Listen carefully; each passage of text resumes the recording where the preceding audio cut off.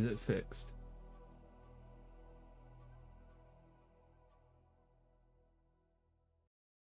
Come on. Are you serious here?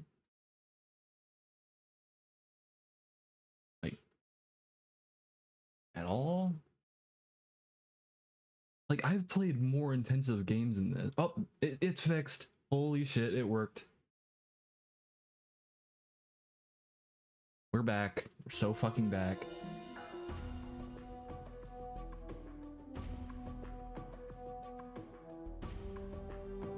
I cannot see my cursor.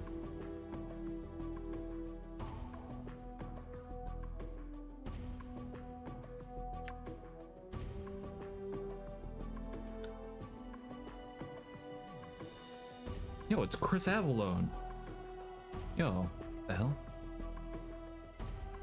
Yo, he signed it. Okay, I need to force this to quit.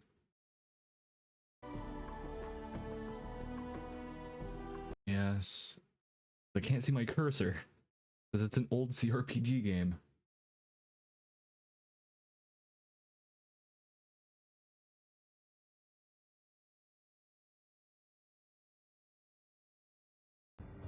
Alright, skip this. I still can't see my cursor. What the hell is with this cursed game?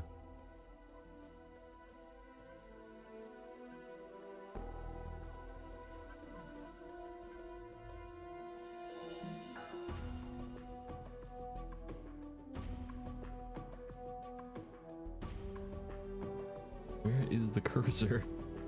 Please.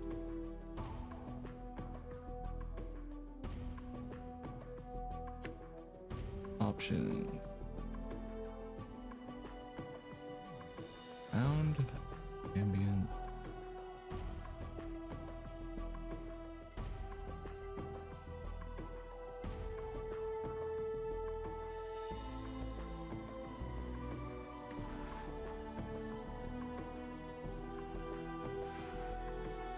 Okay. I don't know what type of CRPG this game is.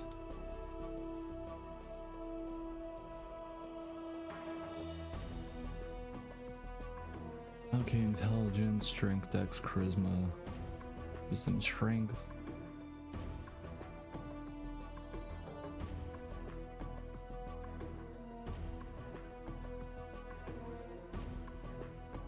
Like, I cannot see my cursor. This is pain.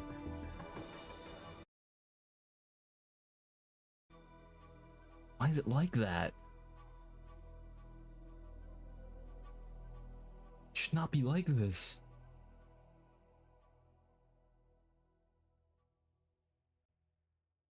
That's a screenshot. Can I full screen window it or something?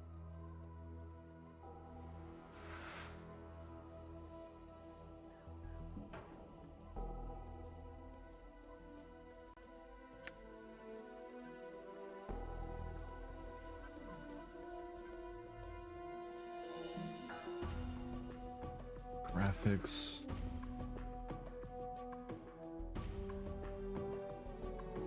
I have to use the stream to direct my cursor.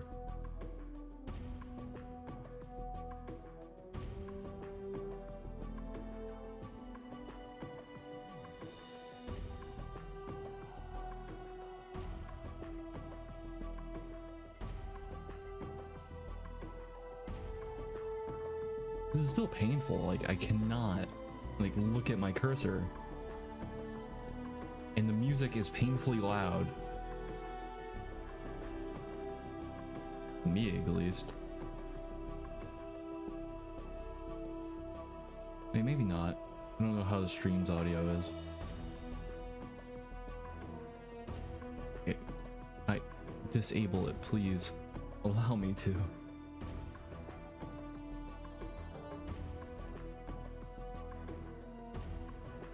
Come on, get a little bit closer. There's a slight delay in how I can see shit. Okay, there we go. That better? Bright outlines, grayscale, and pause. No scaling. Done. Will it fix it? It kind of fixed it, not gonna lie. But now it's windowed, sadly. Can I fix it, though? Can I go back to full screen and still keep my... I can! I fixed it!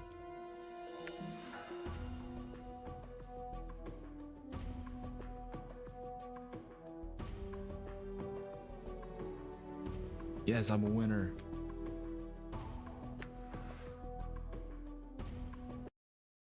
Now, I think, oh god, damn. I can actually play the game. I just had to disable the cursor thing. Okay, and choose a different one. Is there any other character I can choose besides this chud looking guy? I do like intelligent characters.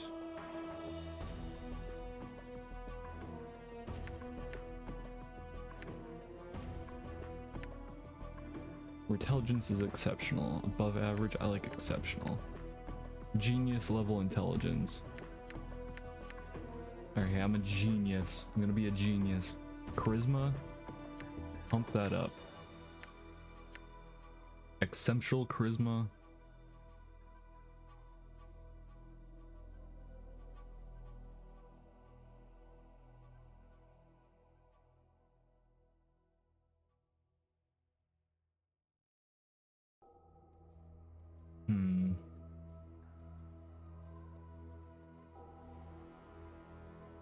Okay, dexterity up, because I think dexterity in these old games is really important.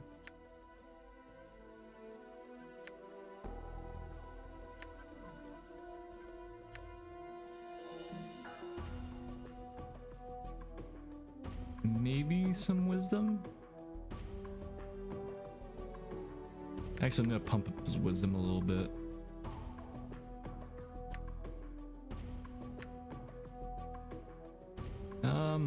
Let's lower this. I can't lower them? No. I can't do a Fallout New Vegas strat where I like do a dump.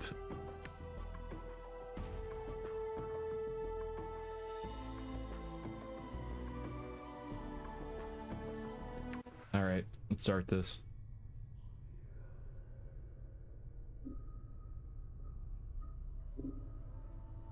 What the fuck is the floating skull doing? Chief. What the hell? You okay? You playing corpse or you putting the blinds on the dusties? I thought you were a deader for sure. Why is it talking to me?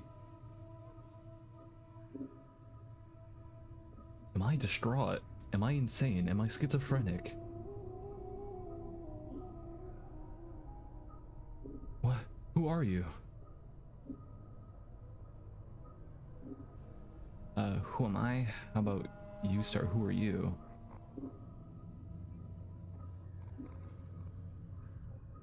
I asked you first, Skull. Damn, he's giving me sass back. Damn it. Why is this skull so sassy?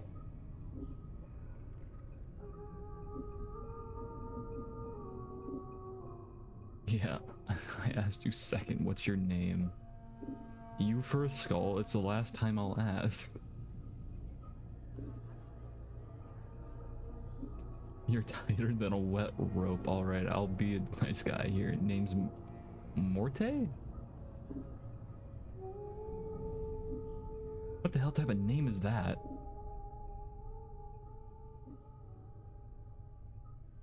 Who are you? I don't know. I cannot remember. You can't remember your name. Well, next time you spend a night in this burg, go easy on the bub. What the fuck is... What the fuck is bub? I don't know this world. I'm confused. I'm a lost fucking puppy. Like, I've been fucking isekai'd. I'm trapped in here. Oh, he's trapped in here with me. Wait, what? We're trapped?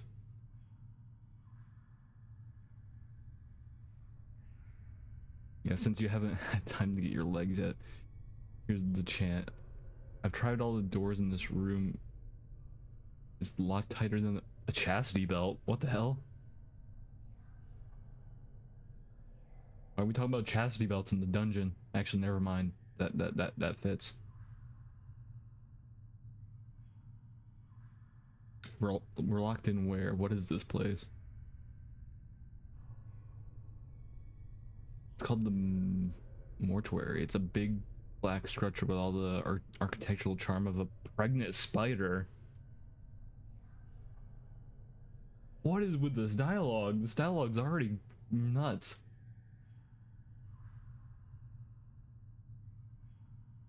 Pregnant spider. What good imagery. I love it. Mortuary. What am I? What? Am I dead?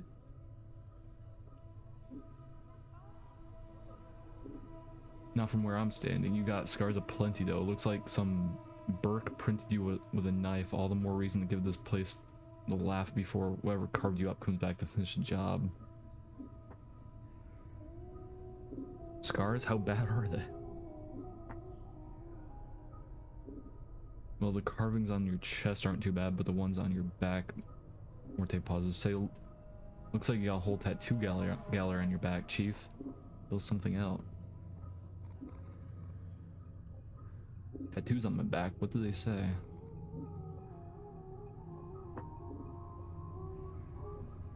Looks like you come with directions. Oh, god damn it. I'm not a toy. God damn it. I'm not a fucking IKEA furniture book. Maybe I am. Maybe he is the IKEA furniture man. Who knows? Okay, let's see. It starts with... I know you feel like you've been drinking a few kegs of sticks. Wash. But you need to center yourself. Among your possessions is a journal that will shed some light on the dark of the matter. Farod can fill you in on the rest of the chant if he's not in the dead book already. Who the fuck would print that on my fucking back? God damn. Why? Why have I been printed? I've been marked. With the tutorial. Farah, does it say anything else? Yeah, there's a bit more Morte puzzles. Let's see, it goes on. Don't lose the journal or we'll be up the sticks again. And whatever you do, do not tell anyone who you are or what happens to you, or they'll put you on a quick pilgrimage to the crematorium. What the hell? Do what I tell you. Read the journal, then find Farod.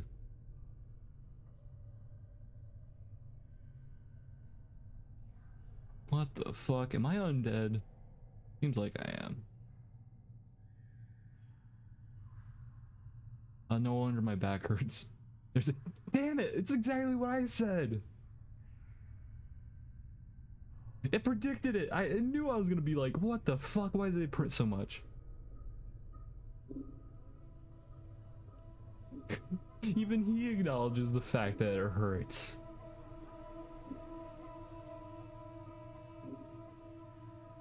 No wonder my back hurts. There's a damn novel written there. As for that journal I'm supposed to have with me.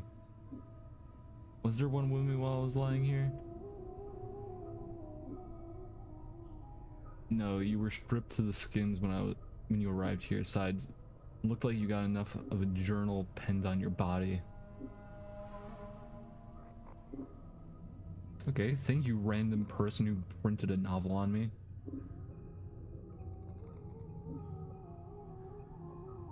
What about the Farah? Do you know him? nobody know, but then again, I don't know many people. Still, some Burks got to know where to find Farad. Once we get out of here, that is. How do we get out of here?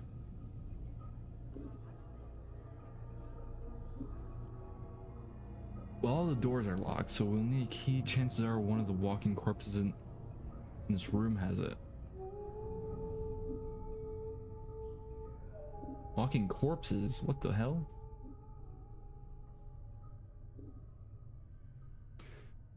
Yeah, the mortuary keepers use dead bodies as cheap labor. The corpses are dumb as stones, but they're harmless and won't attack you unless you attack first.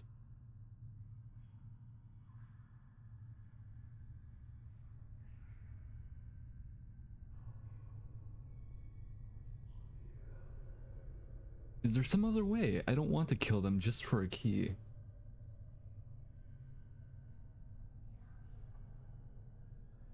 What do you think it's going to hurt their feelings? They're dead, but if you want the bright side of this, if you kill them, at least they have a rest before their keepers rise them up to work again. No, that's pretty logical, not gonna lie. Alright, yeah, that's a response I expect from necromancy. Thank you. And you, skeleton. Give me the free way to kill already dead things.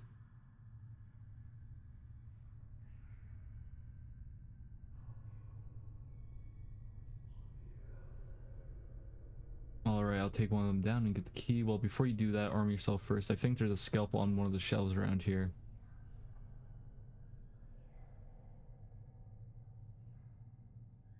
Yeah.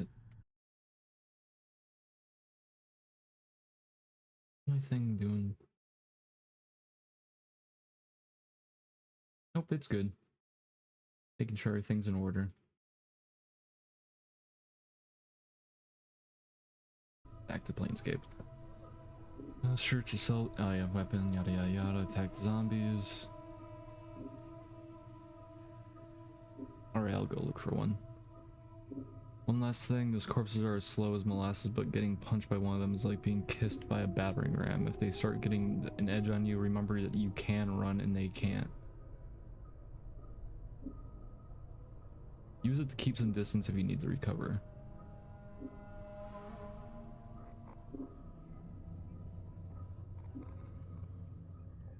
Alright, that's interesting.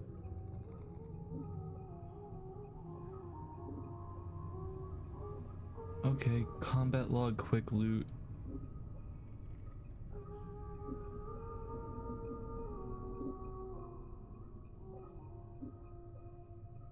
Formations. Alright. Gonna play, select spell, select weapon, select item. Alright.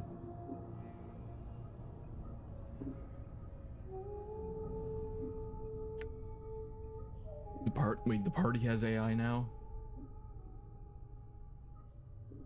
Like, the closest thing I've got to playing a game like this is Fallout. And the only reason why I'm playing this is because it's the same guy.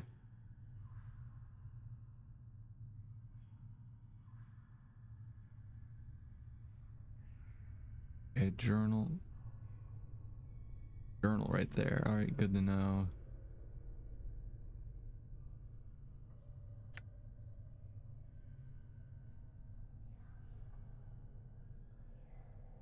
Resting party. Alright. Inventory.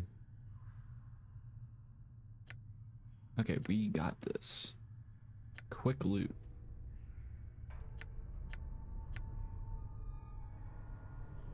These barrels contain a murky liquid. It smells like a cross between vinegar and formaldehyde.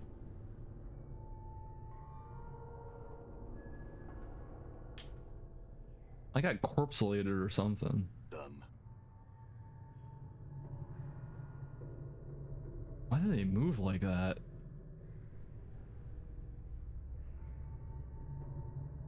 Looks like someone's in the middle of dissecting this corpse.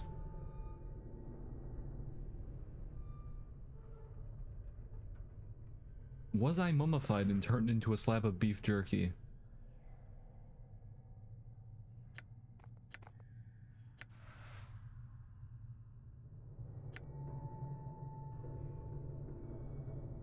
Where's the scalpel? It's over here.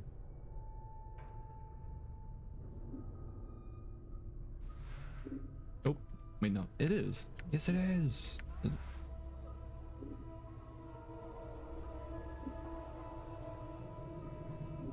Why is it like that? Wait.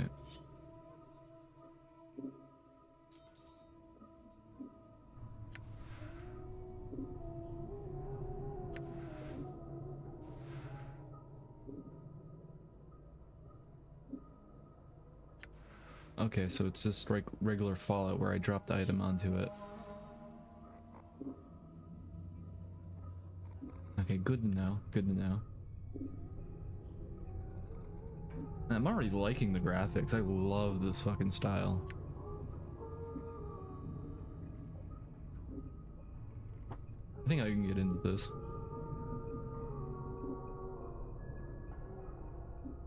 What is that guy doing?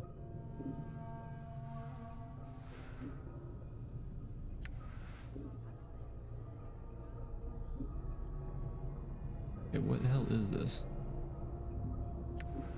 Anything important? Okay, that one's gutted.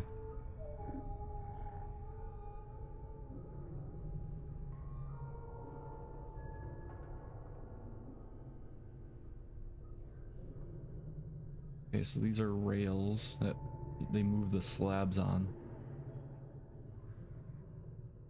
There has to be some type of secret entrance. Unless they just want me to kill the sad necromancy beings. Time to kill the sad necromancy beings. Can I talk to them?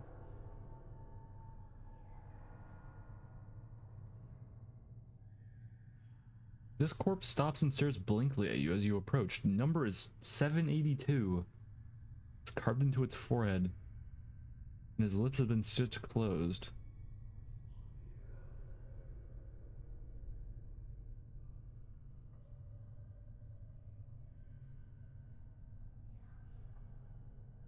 Oh, I was able to examine it to see if he had the key. He has the key. Well, that was nice. He allowed me to do that.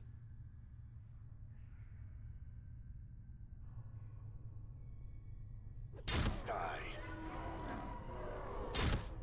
Wait, so do they auto? Damn. Oh, he's dead.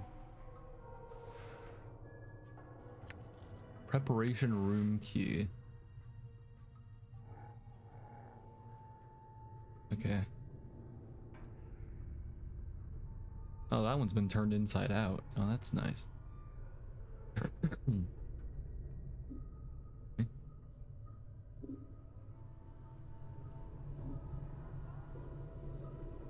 Can I open this now?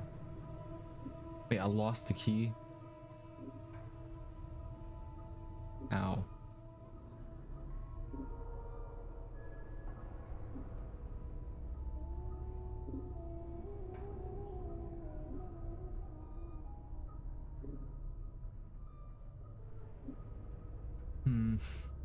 Some advice, Chief. I'd keep it quiet from here on out. No point to put any more corpses in the dead book than necessary, especially the fumes plus killing them might draw the caretakers here. I don't think you mentioned it before, but who are these caretakers?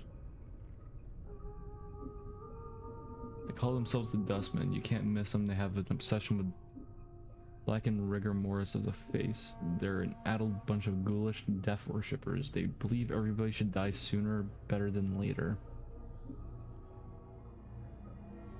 Well, that's weird. I'm confused. Why do these Dustmen care if I escape?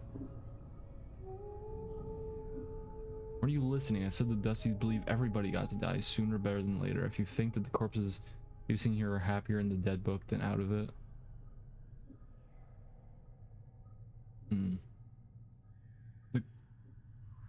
Wait, no. Before you said something about making sure I didn't kill any female corpses. Why?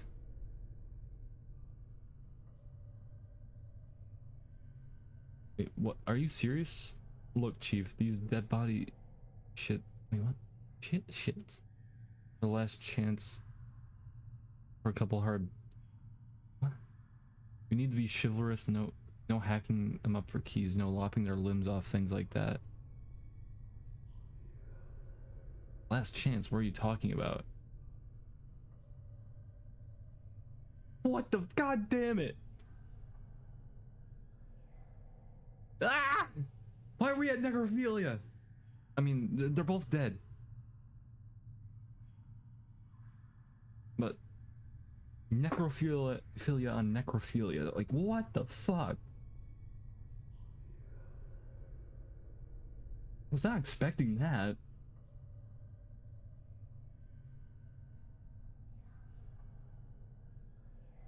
Chief, they're dead. We're dead. See where I'm going?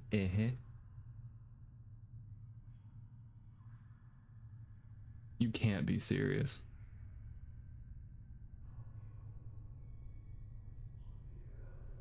Chief, we already got an opening line with these limping ladies. We're all died at least once. We'll have something to talk about. They'll appreciate men with our kind of death experience.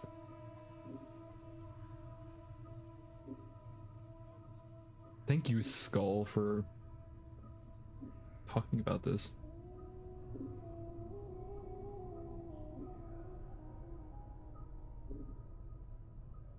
Wait, didn't you say before that I'm not dead?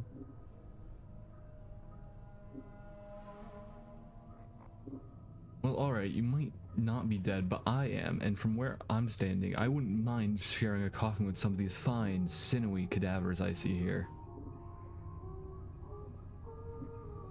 Morty starts clacking his teeth as if in anticipation. Of course, the caretakers would have to part with them first, and that's not likely. Damn, this skull's horny for dead bodies.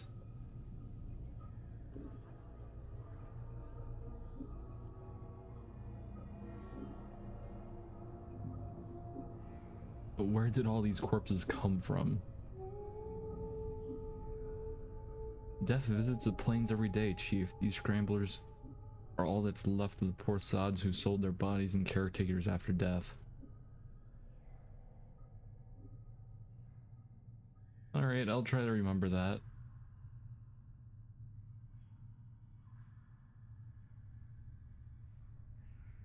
So, this is an amnesia storyline. Good to know. Okay, like, I like amnesia storylines. They allow you to get to know the world better.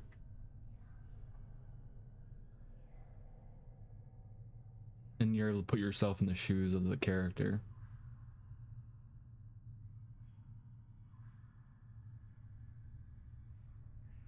Look, Chief, it's obvious you're still a little addled after your kiss with death. So I got 2 bits of advice for you. One, if you got questions, ask me, alright? Like, this guy has to know something. He was there the moment I woke up. Like, do I trust this skull?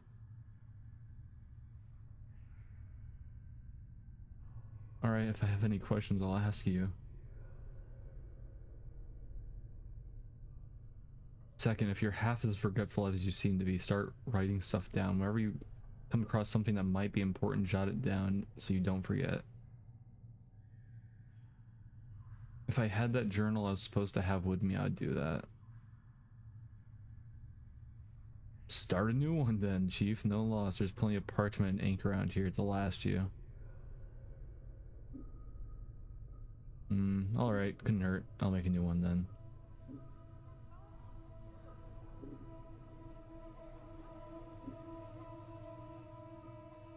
Who made the soundtrack?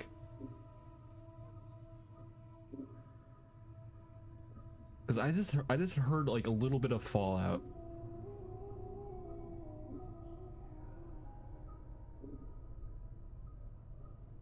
Like those pipes kind of sounded Fallout.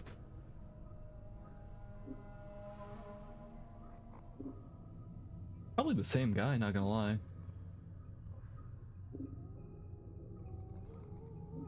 Anyway, use to keep track of your movements if you ever start to get cloudy on important things like who are you, or more importantly, who am I? Use it to refresh your memory. Updated my journal. Updated my journal.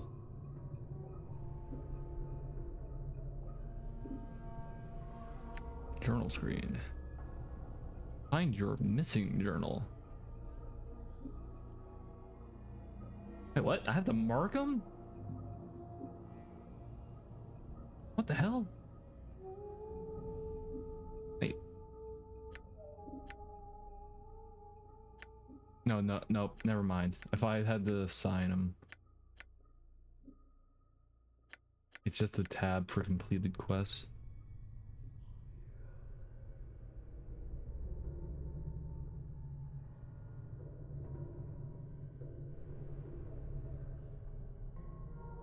Is that another door? That is.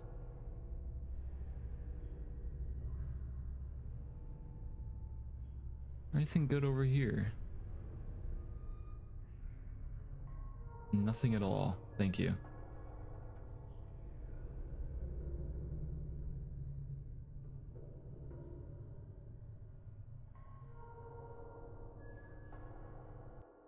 Wait, whoops. What the hell's that? Spells. Oh, that's interesting. Time to be a loot goblin. There's nothing there. This place is desolate.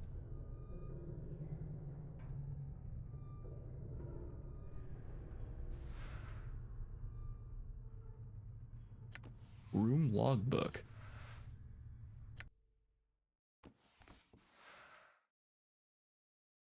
Receiving room logbook. This huge logbook lists mortuary procedures in a tight, crabbed script. What the fuck? All shells entering the mortuary are to be delivered to the receiving room and logged with the scribe on duty before being embalmed or cremated.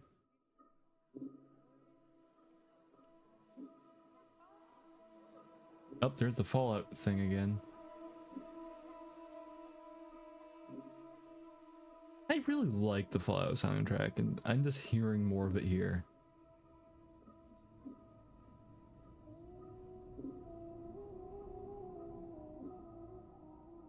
Records are to be checked to determine if the shell is one of the contract, and if so, do not prepare the shell. Move the shell to one of the preparation rooms. Contact the scribe on duty. Notify him that contract shell is to be raised. Be certain that the shell is thoroughly stripped of its possession before being sent to the preparation room. Contracted workers are intended to be simple manual labor and do not have the capacity to search and strip a shell. The faction is not responsible for any possessions lost, items stolen by collectors who have brought the shells to the mortuary. The shells' possessions are to be stored in the receiving room until an initiate can be sent to claim them. Please catalog all possessions in the log book. Following this list is thousands of entries of bodies that have been sent to the receiving room. As you flip through the rest of the books, however, you notice that the last page has been cut out. Am I being covered up? Is my existence being covered up?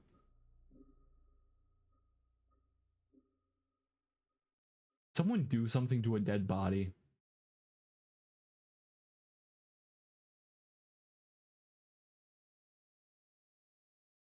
Was I forced into conception? Into a dead body? I never played this, but that's my guess.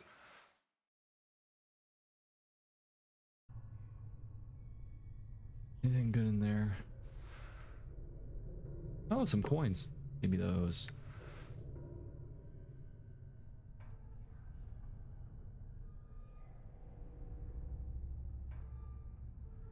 That's a big ass fucking book.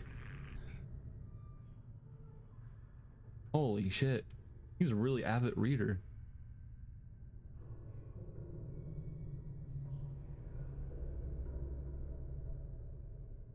Do I talk to him? I'm going to save.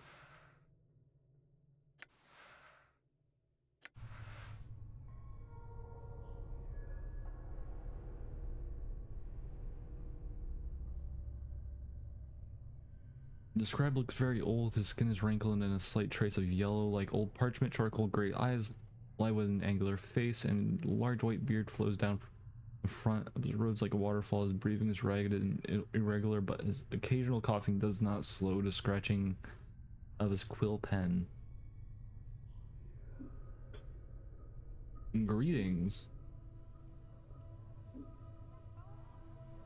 Whoa, Chief, what are you doing? I was going to speak with the scribe. He might know something about how I got here.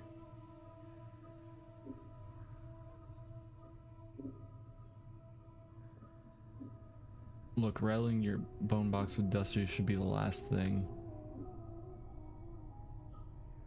Before Morte can finish his rant, the scribe begins coughing violently. After a moment or two, the coughing spell dies down and the scribe's breathing resumes its ragged wheeze. And we especially shouldn't be swapping the chant with the sick dusties. Come on, let's leave. Quicker we give this place the laugh, the better. Before Monte can finish, the scribe's gray eyes flicker to you. The weight of years hangs heavy upon me, restless one.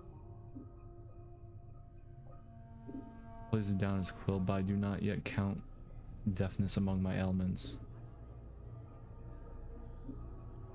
Restless one, do you know me? Know you? There is a trace of bitterness in the scribe's voice as he speaks. I have never known you, Restless. No one more than you have known yourself. What the fuck type of fucking... like... obtuseness is that? He is silent for a moment. For you have forgotten, have you not? Who are you?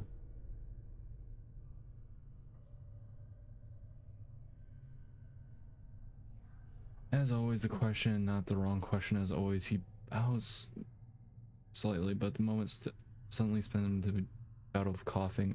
He pauses for a moment, catches his breath. I am Hall. Hall?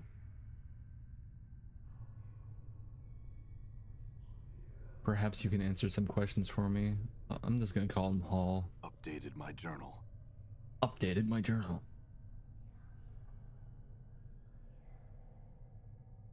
Thank you.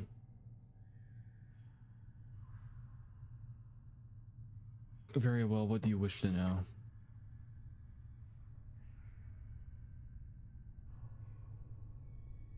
How did I get here? Hall snorts in contempt as he finds the memory repugnant. Your moldy chariot ferried you to the mortuary, Restless one. You would think that you were royally based on a number of loyal subjects that lay stinking and festering upon the cart that carried you. What the fuck? I guess I was just carried in on a cart of dead bodies.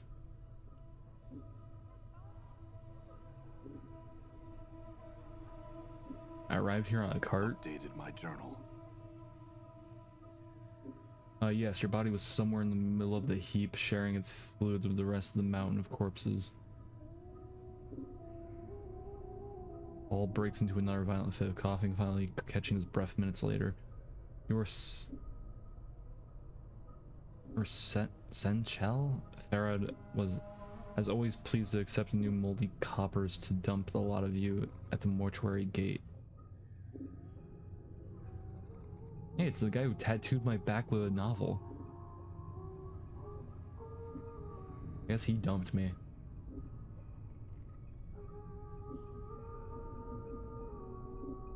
Who is Farad? He is a collector of the dead. Damn. Paul draws a ragged breath and continues. We have such people in our city that scavenge the bodies of those who have walked the path of the true death and bring them to us that they may be interred properly?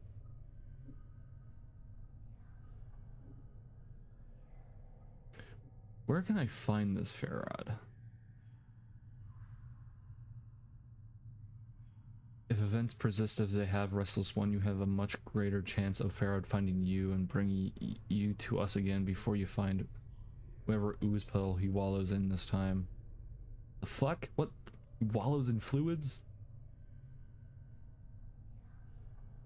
What is he fucking doing? Question what this Farad guy's doing. He must like corpses, I guess. He's a collector.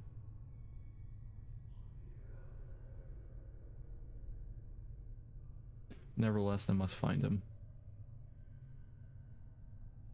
A slight warning seeps into Hall's tone. Do not seek out Farad, Restless One. I am certain that it will simply come full circle again with you, none the wiser, and Farad a few coppers richer.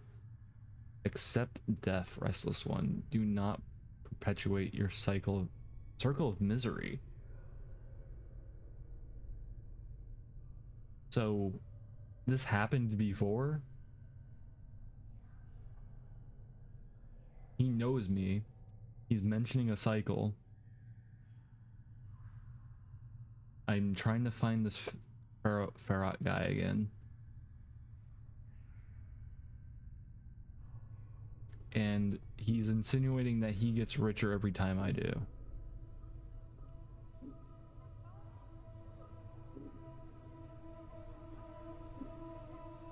I have to find him. Do you know where he is? Updated my journal.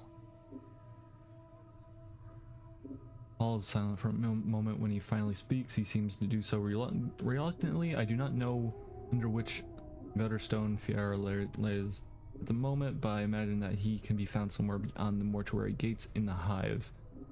Perhaps someone there will know where you can find him.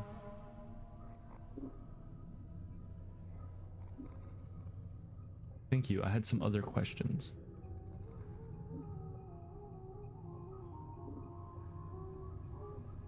You sound ill. Are you not well? I am close now to the true death, Restless One. It will not be long before I pass beyond the eternal bounty and find the peace I've been seeking. I tire of this mortal sphere. Paul gives a ragged sigh. The plains hold no more wonders for one such as I.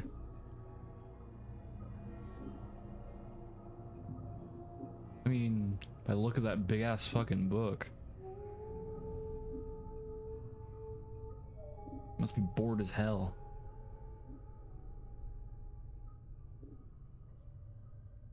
The eternal boundary?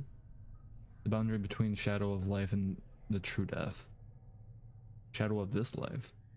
Yes, a shadow. You see, Restless One, this life is not real. Your life my life, there are shadows flickering of what life once was.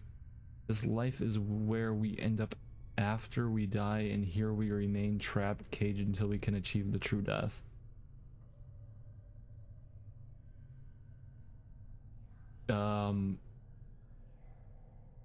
What? So I'm in between? Is this reality, or am I dead but not dead, but also dead?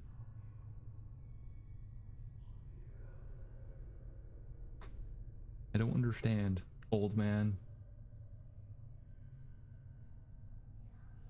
True death. Like, my guy obviously doesn't know what the hell this stuff is. True death is non-existence, a state of devoid of reason, sensation, and passion. All coughs and gives a rag breath, a state of purity. Okay, so they see true death as just death. So these guys want the end of everything, from what I'm getting.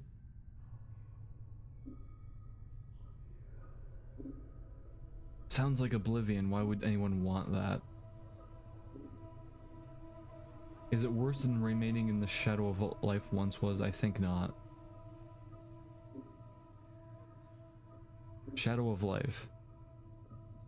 Yes, a shadow. You see, Restless One, this life is not real. Your life, my life, they are okay, we already read that. What makes you think that this life isn't real? What makes you think that this life is real? Look inside yourself. Do you not feel something lacking? Hall shakes his head. This is a purgatory where it's only sorrow here. Misery, torment. Hey, he said the thing! It's the thing in the title! These are not how the elements that make up life. They are part of the cage that traps us in the shadow.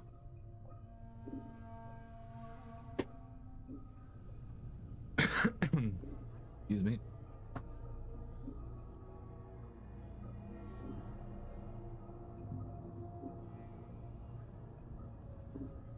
I think your fatalism has gotten the better of you. Those elements are part of life, but not the whole of it. I mean, that's a pretty good answer, not gonna lie. Like, holy shit, I think I already like this game. Holy cow, I'm already talking to this guy about his freaking, his beliefs about death. Was not expecting that. But nah, I think this guy's a fat old chud.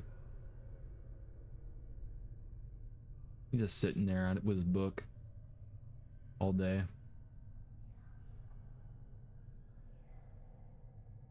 Cage us how? Paul shakes his head. Passions carry weight. They anchor many to this shadow of life. As long as one clings to emotion, they will be continually reborn into this life, forever suffering, never knowing the purity of true death.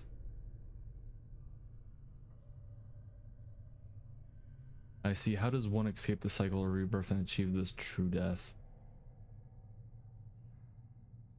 Kill your passions. Strip yourself of need for sensation. When you are truly cleansed and the cycle of rebirth will end and you achieve peace. Well, that's pretty morbid, not gonna lie. That doesn't seem enjoyable. Truly cleanse and then the cycle. Yeah. Hall sighs. It sounds like a death rattle in his throat. Past these shells of ours, past the eternal boundary, lies peace that all of our souls seek.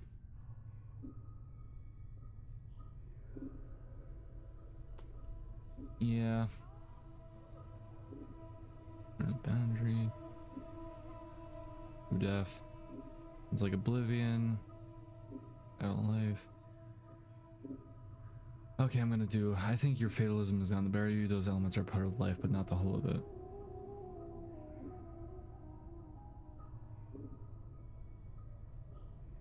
Alright, it's the same thing as the other one.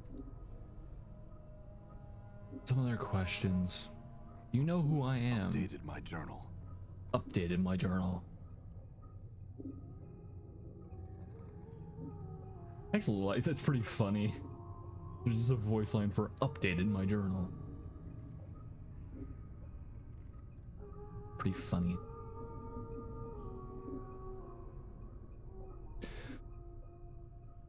I know scant little of you, Restless One. I know a little more of those that have journeyed with you and now lie in our keepings. Hall sighs. I ask that you no longer ask others to join with you, Restless One. Where you walk, so walks misery. Let your burden be your own. Damn, you're not making me feel confident about my journey. You make me feel like I'm gonna be tormented. Ah, get it? Torment. Alright.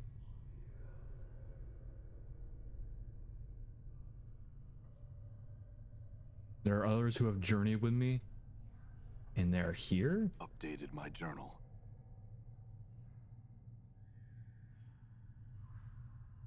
Do you not know the woman's corpse interred in the memorial hall below?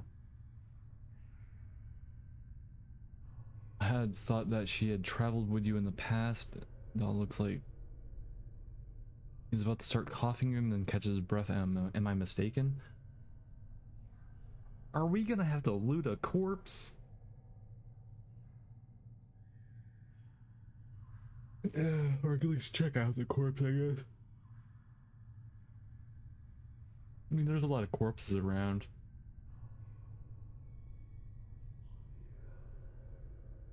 Where is her body?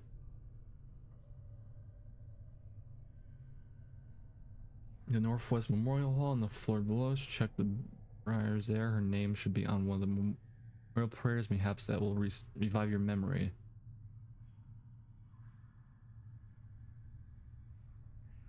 But there were others. Who else is there? Doubtless there are, but I know not their names nor where they lie. One such as you has left a path many have walked and few have survived. All just around you, all dead come here. Some must have traveled with you once.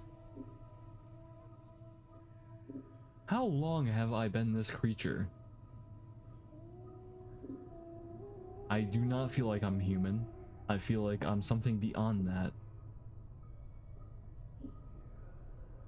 By the way this guy speaks of my time here.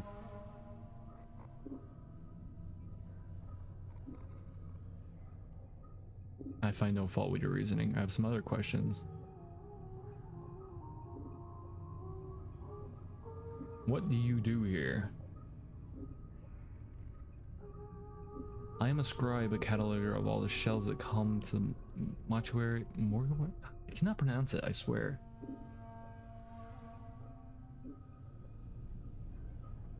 Coughs again, then takes a deep breath. As long as the stream of corpses flow through the mortuary, I shall remain at my post. Well, that's boring as hell.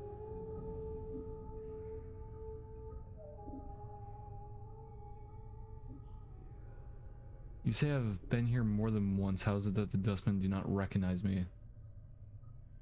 Updated my journal. Updated your journal. Thank you. Thank you. Updated your journal voice. I am the one that catalogs the shells that come to our halls. Restless one. Hall breaks into a fit of coughing and steadies himself. Only I see the faces of those that lie upon our slabs. The dark of your existence lies safe with me. So he's the only one here that knows? Because he's the log taker?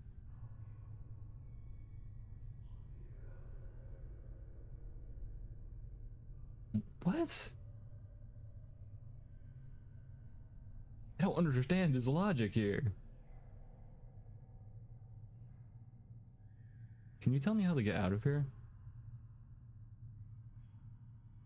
The front gate is the most obvious exit, but they will not let anyone other than dustmen pass.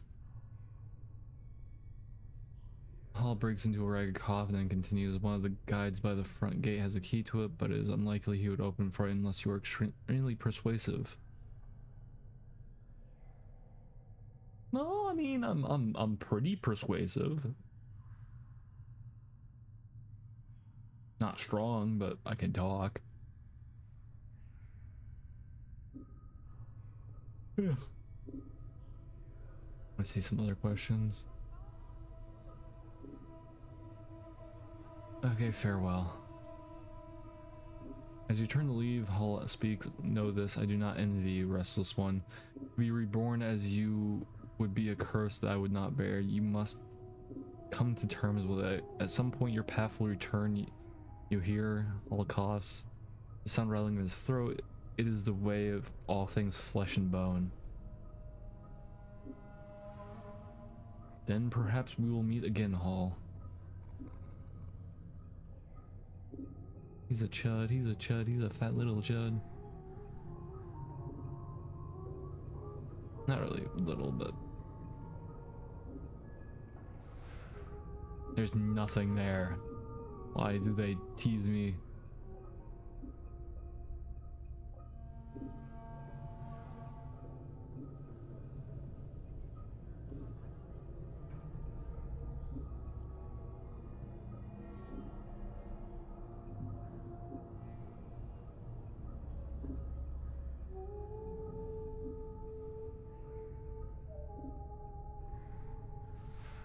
Nothing's there. Holy cow.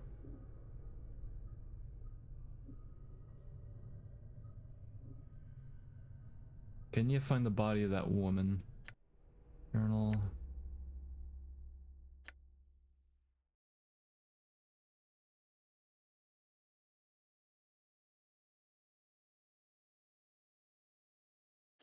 Okay, first floor.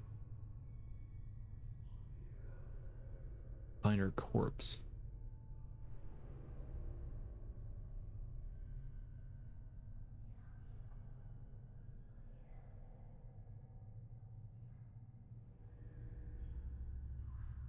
What?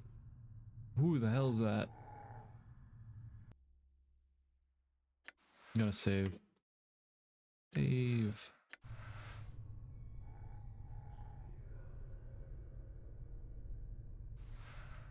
Nothing's there. I need some bandages. Nothing. Nothing.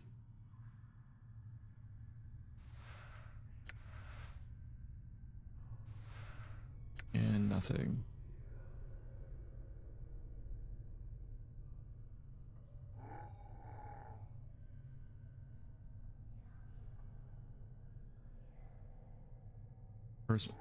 Person over here. I wonder how big their dialogue tree is gonna be.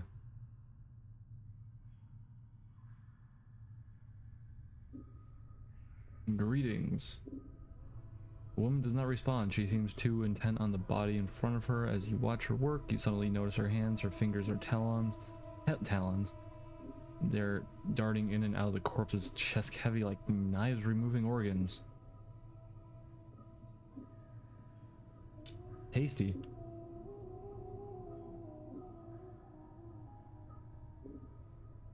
What's wrong with your hands?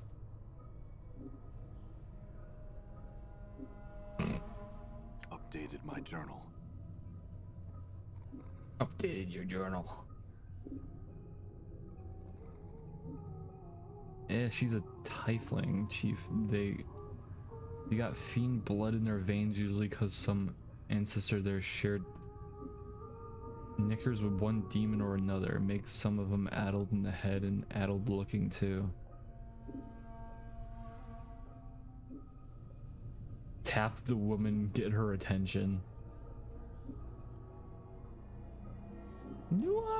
Do I tap the knife hand addled woman?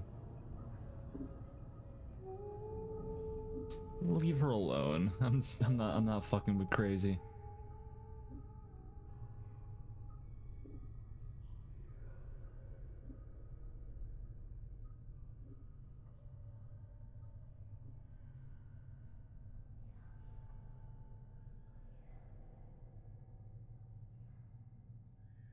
Must be some way of doing this. Oh, I'm going all the way around.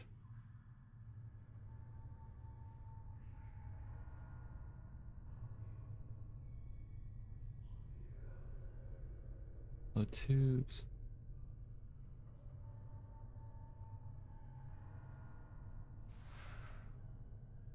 Hey, jar and embalming fluid, hell yeah.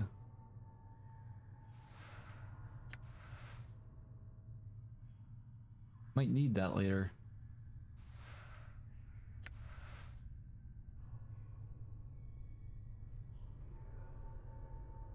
Do I go up the stairs?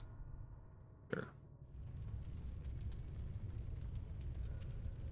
What the hell's up here?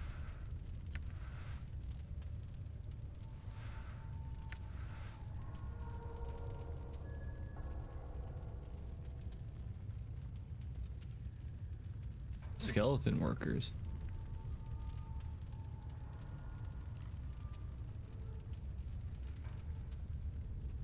Oh, found a dustman. Oh no.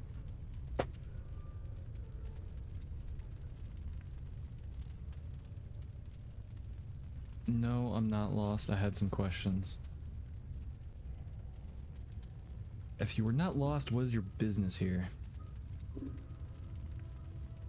I better not tell them I woke up on one of their slabs. That's a quick trip to the fucking death.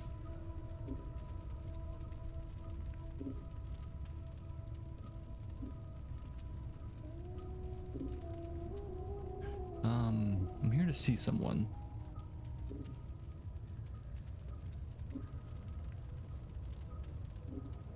Lie.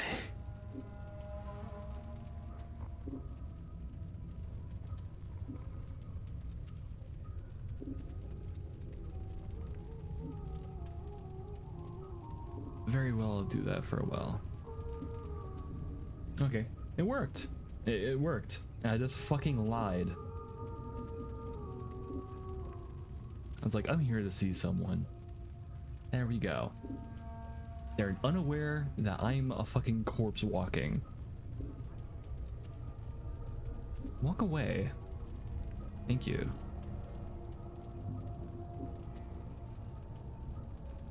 The vibes of this place is immaculate.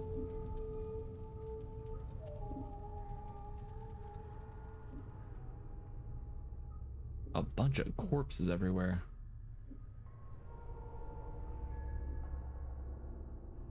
Is this a room? What the hell are they doing?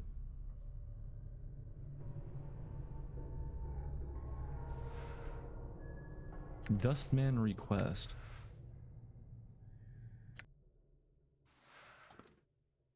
What is this request?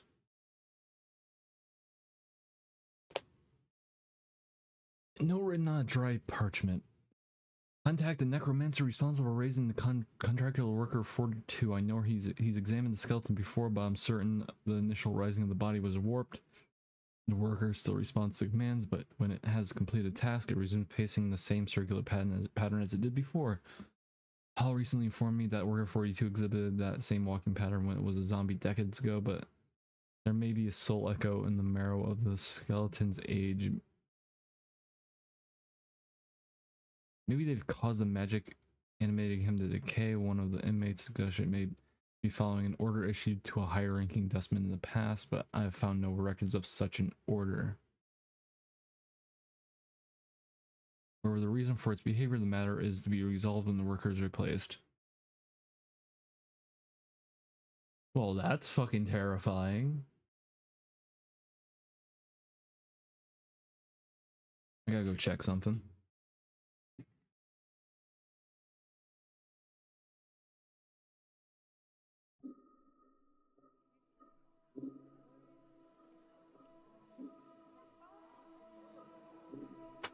Basically, the fucking echo of his original fucking soul in there.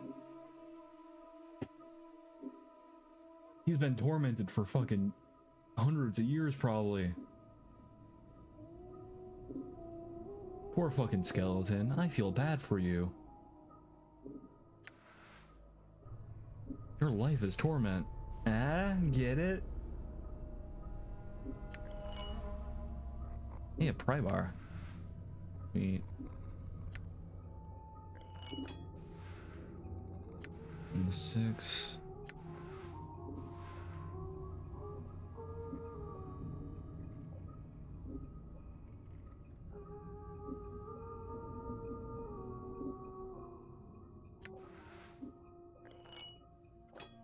Okay.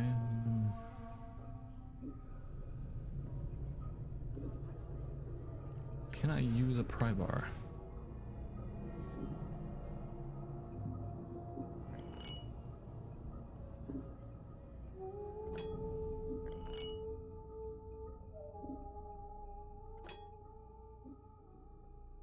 Wait, what? I could take out my eyeball? What? What? Don't want to part with that. Eyes cannot be removed, only switched. Good to know.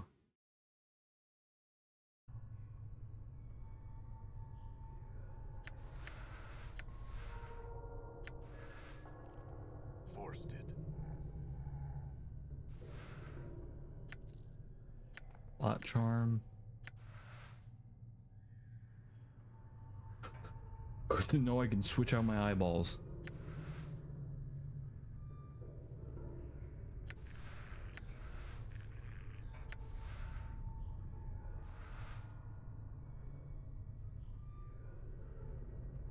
Always good to know that.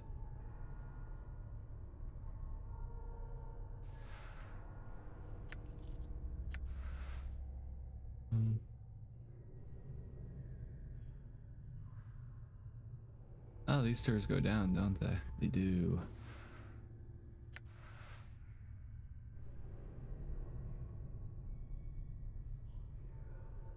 More dustmen. Maybe.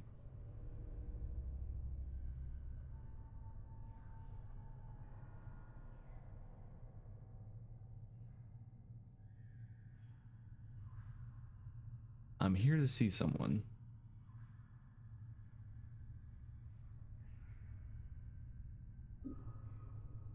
I just lied to them. It's just that easy. It's the same guy. I'm talking about the same name.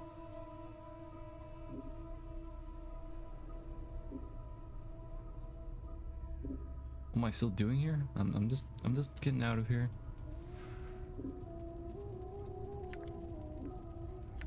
Mortuary task list. Oh my god, there's so much reading already in this game.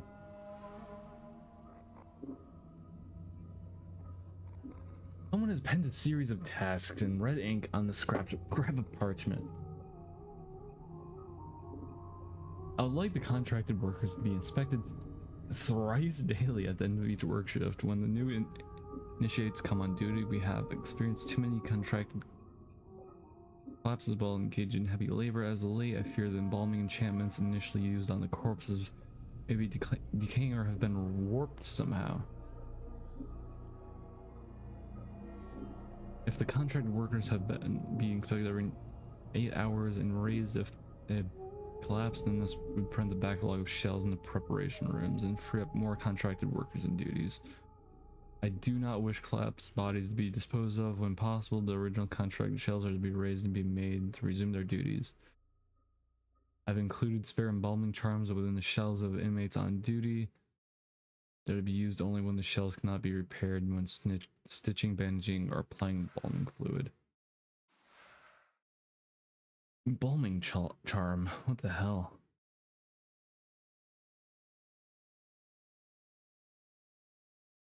Wait, so I guess I am undead. Damn. Strange metal bracelet has direction described on the side of it. Judging from the crude text, appears that the bracelet works by being held by a living creature, then pronouncing mentions the true death is touched to the forehead of zombie. When it's on the mirror enchantment held when the item spreads through the corpse, strengthen their bones, killing traces of corpse rot or grave mold.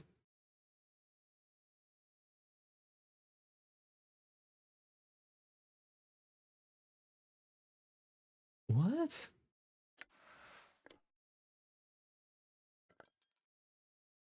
Plot charm. Uses blood. It's okay, so it's a healing item. Good to know. Embalming fluid. Quick item. Quick items.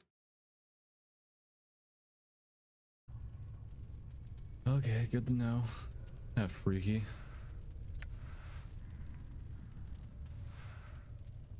Do that. Enter's locked. Not anymore. Forced it. Bone charm, corpse fly charm, coins. Thank you.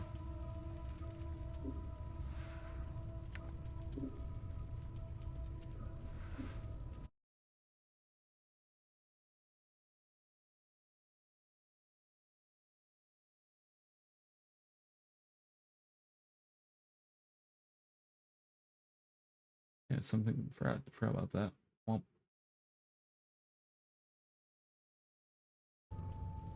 okay. It's been like an hour and I have not left this second floor.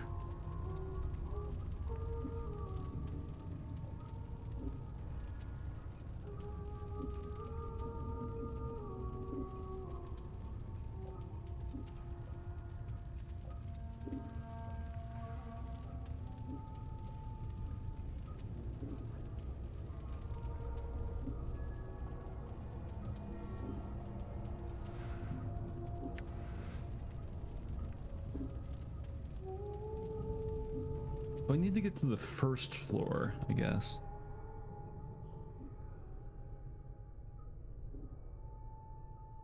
Up here. I'm gone.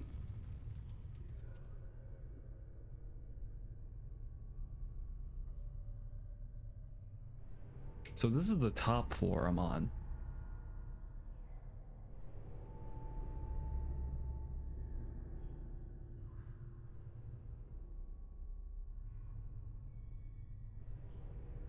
There's time in this? What the hell? Hey, I'm back where I was.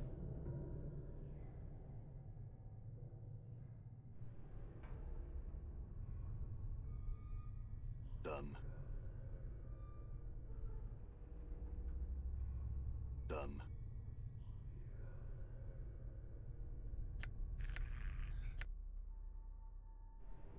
Why does my portrait look like that? What's up? Yeah. That's how he sounds, I forgot. All right.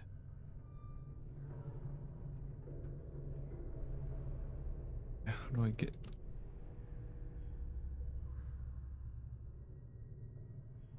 back here?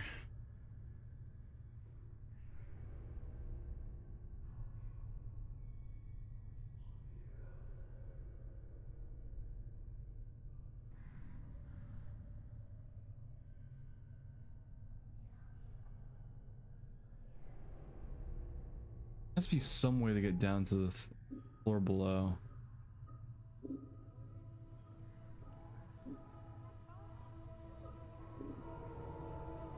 Oh, right there. Oh, I'm dumb. Wait, so did I just randomly find the key to the lower floor somewhere?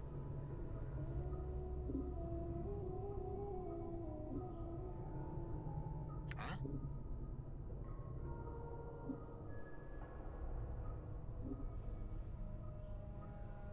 All right.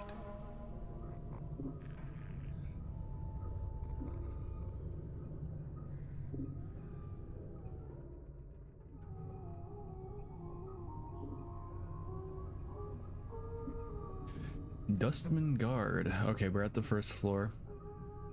You see a stern-looking man in black robes. He's glancing at you suspiciously. You, state your business.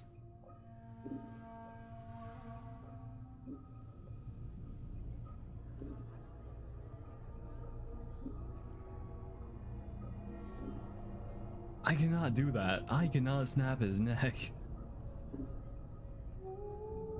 That is a dexterity and strength check.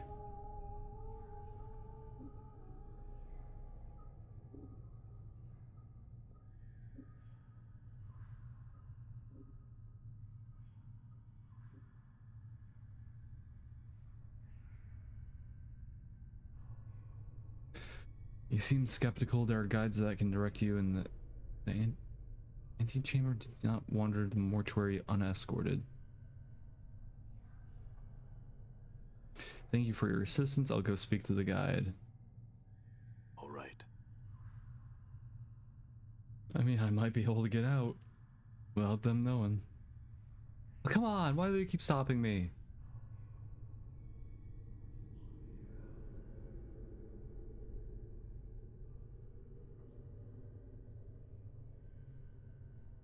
Thank you for your assistance. I will go look for the guide.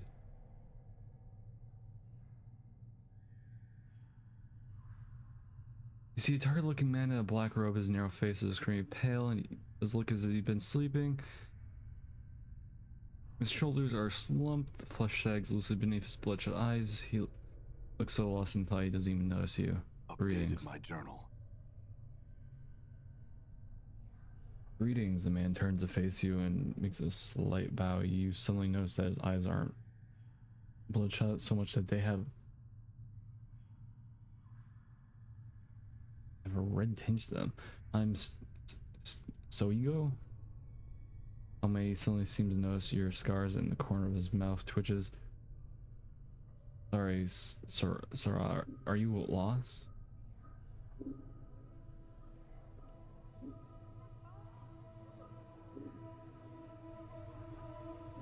Yes?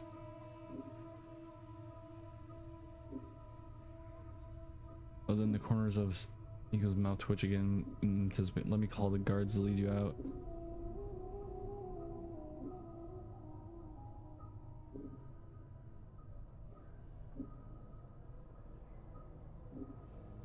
Don't call the guards, please.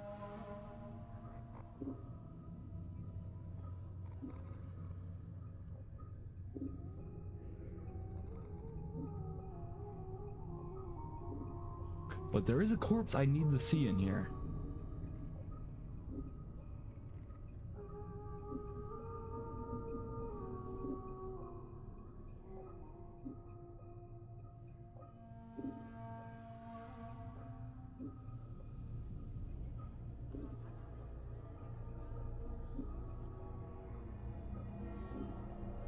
No! No! The lying didn't work.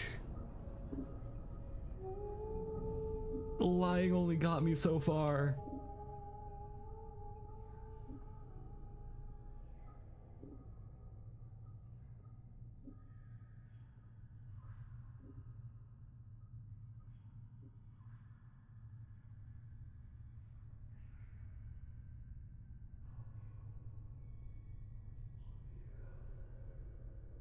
What the hell do I say to this guy to make him go away?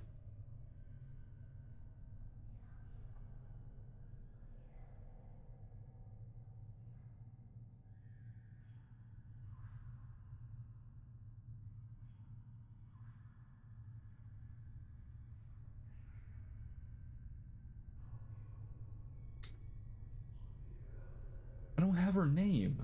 If I had her name, I could visit her.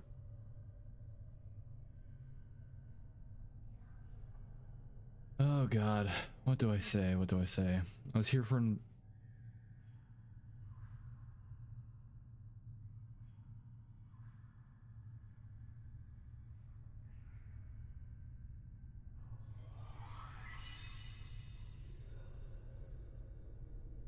Okay, I get to leave after fucking up something, but the thing is, there's a body in here that I need to see.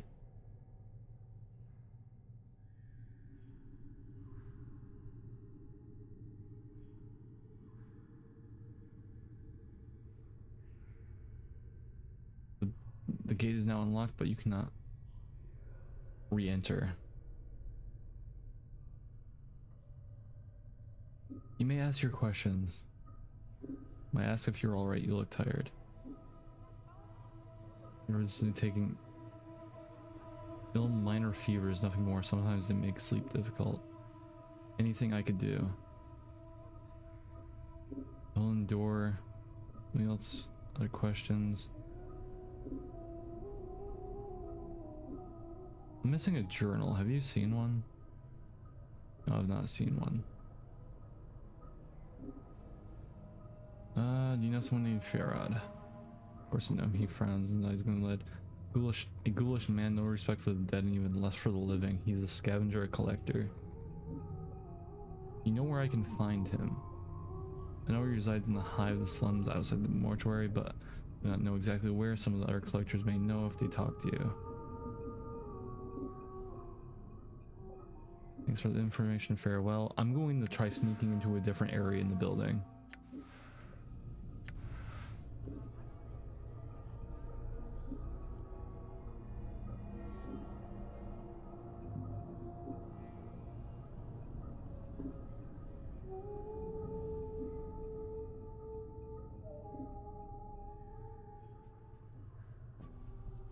There's a body here I need to visit. Oh. What the hell?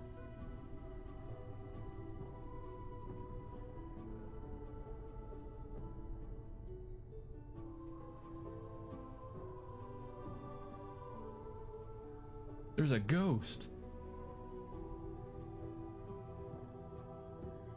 You see a strikingly beautifully ghostly form before her. Her arms are crossed, her eyes are closed. His long flowing hair and grown seem strike. Eternal breeze as you watch, her eyes flicker. Greetings. You. What is it that brings you here?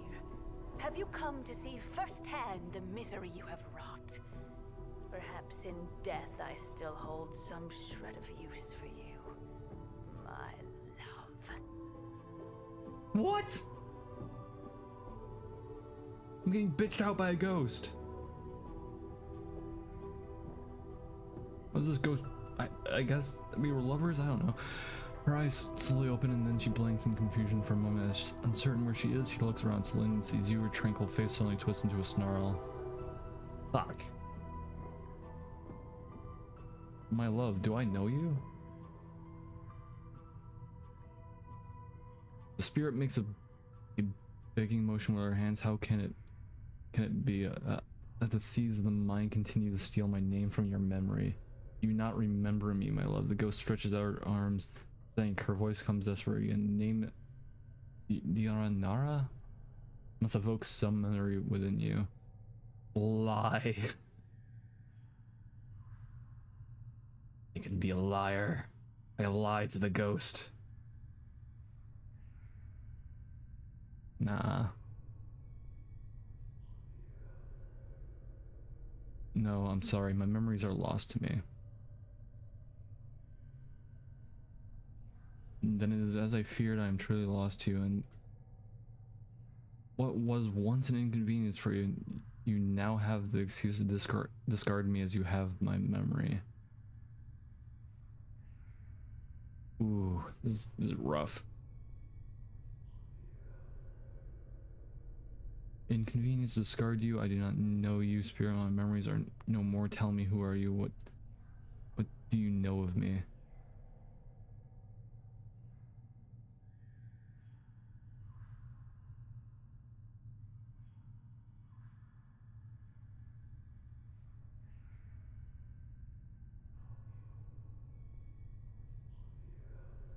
Oh, at last the fates show mercy. Even death cannot chase me from your mind, my love. Do you not see your memories shall return?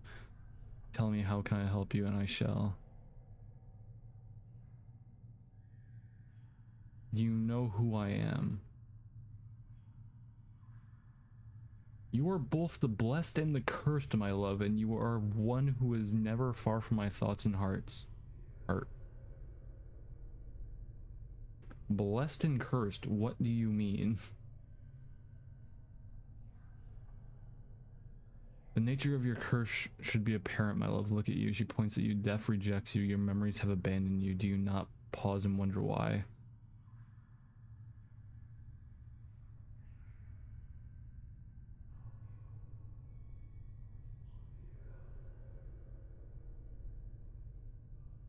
Memories aside, assuming death has rejected, why is that a curse? I do not doubt your ability to rise from the dead. I do believe that every incarnation weakens your thoughts and memories. You claim to have lost your memory, perhaps as a side effect of countless deaths. If so, what more will you lose in successive deaths? If you lose your mind, will you not even know enough to realize that you cannot die? You shall truly be doomed. Oh shit. I guess I've died so many times I fucking forgot. I guess I'm tormented. Eh? I said it again.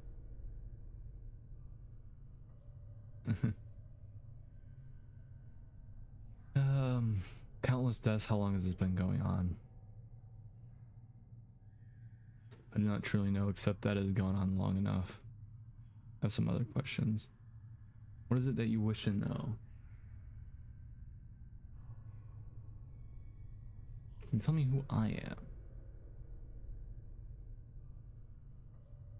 What else can you tell me about myself? I know that you once claimed you loved me and that you would always love me until death claimed us both. I believed that, never knowing the truth of who you were. What you were. Oh, that hurts. Oh, he cannot die, but... So this person's in the basically some form of afterlife. Yet I cannot join them, even though I said that I would love them in death. I could see how much that fucking hurts. Oh. Ow. It's horrible.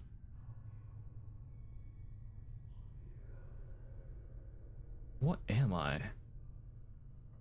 I cannot. She suddenly freezes and she speaks slowly, carefully, as if her voice frightens her. The truth is this: you are one who dies many deaths. Those deaths have given the knowing of all things mortal, and in your hand lies the spark of life and death. Those that die near you carry a trace of themselves that you can bring forth. So I can talk to ghosts. I can see dead people. Alright. Good gist. Good to know that's my ability.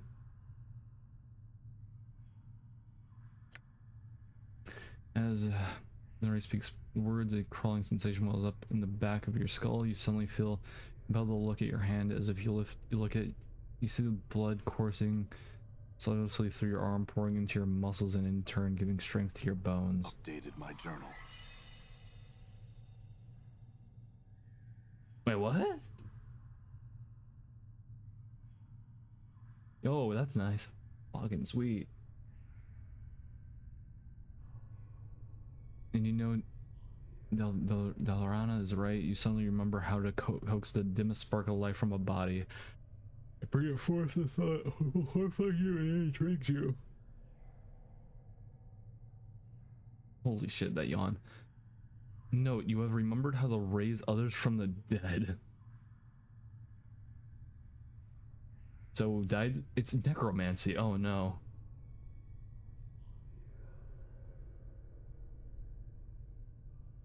Special ability, you can use this on party members that have died in your presence.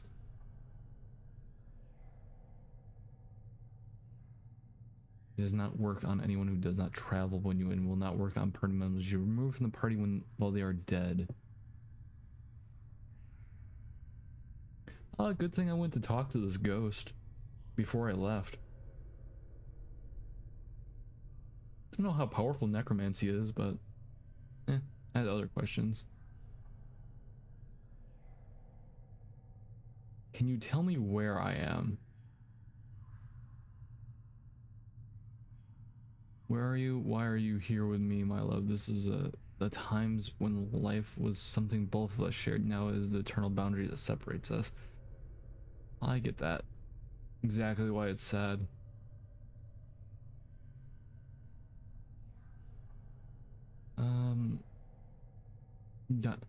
Nara, I'm just gonna call her Nara, fuck it. Sounds saddening. If it is a barrier I fear you shall never cross, my love. It is a barrier between your life and what remains of mine. Answer my questions. Who are you?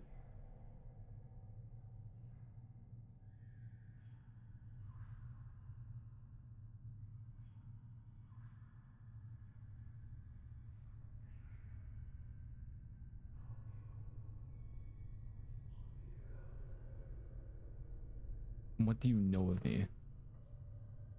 Okay, it's just gonna loop back in itself.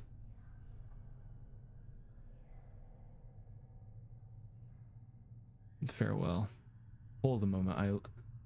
I learned much when I traveled with you, my love, and what you have lost. I have not divulged all that I know to you. My sight is clear, whilst you fumble in the darkness for a spark of thought.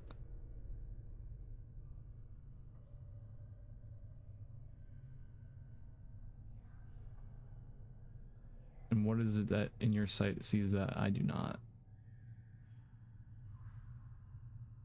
Time itself relaxes its hold as a chill of oblivion slowly claims us, my love. Glimpses of things yet to come swarm across my vision. I see you, my love. I see you as you are now. And Nara grows quiet.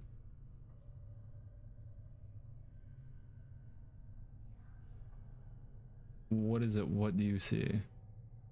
I see what lies ahead of you. It ripples through the plains, stemming outward from this point. Shall I speak of what I see? Ooh, this. Do I take the future premonition or do I leave it? Do I want to know? Do I take the future information?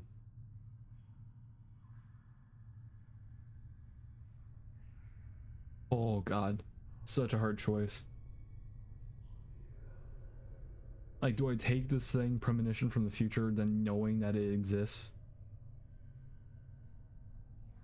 Then trying to prevent it, or just not? I do not wish to know. The future shall reveal itself in time. Fuck it, we're going to go blind. You were always so, my love, already you refused to heed death's call. Shall time be next when one least brings you close her eyes and with eternal whisper she fades away. I do not know what the hell she saw.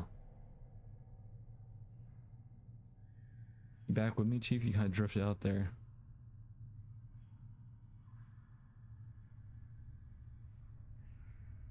I was talking to the woman. You were riding your bone box with some woman. Where? I'm excited. He's such a fucking hornball.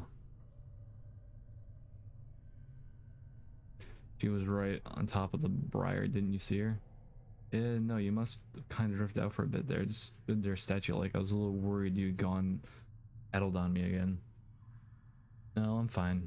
I think. Let's move on.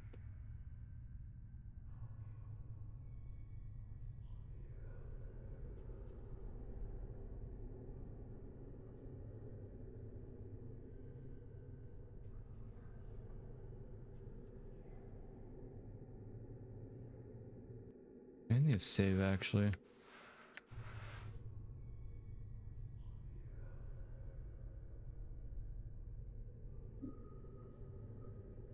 Those are some big ass fucking skeletons. Holy shit.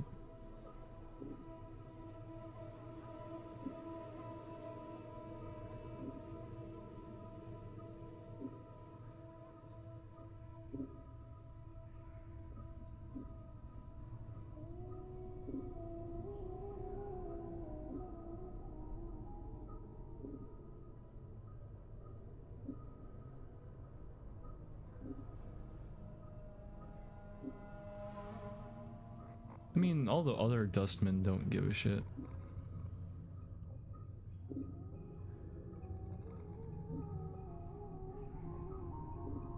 I think just giving them plain excuse. It's like, eh.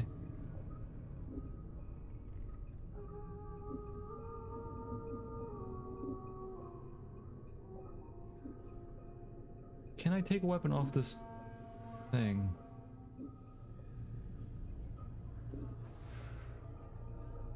Hatchet, that's cool.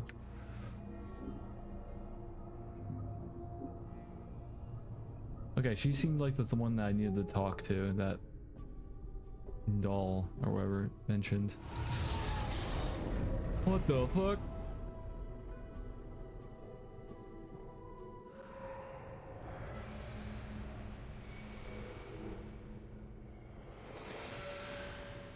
What the hell was that? Portal just fucking opened up. What the fuck? It's so fucking random. Like, why am I here now?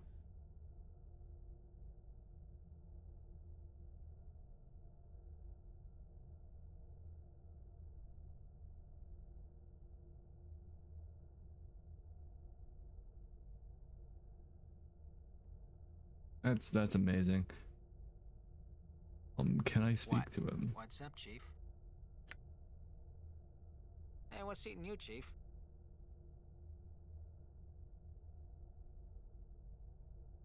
Like, is this the way out or way in?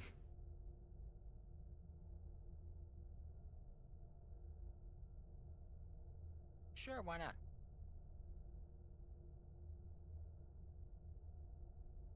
Okay, what?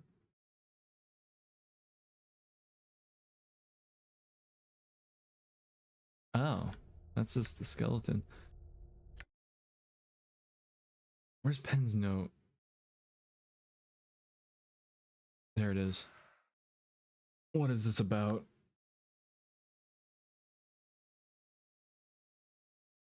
This note has been written with remarkable penmanship upon the finest parchment. Vexus, if you were reading this, then you have undoubtedly failed in your task and have been forced to use the escape route I arranged. I told you that your little disguise idea was ridiculous. In any case, you'll need to lay low for a while. The dustmen may be deluded, but they are not fools, and they will certainly seek retribution for our intrusion. I've left you some coins. Use them to secure a hiding place in the hive, preferably in Ragpicker Square. Dustmen will be unwilling to look for you there.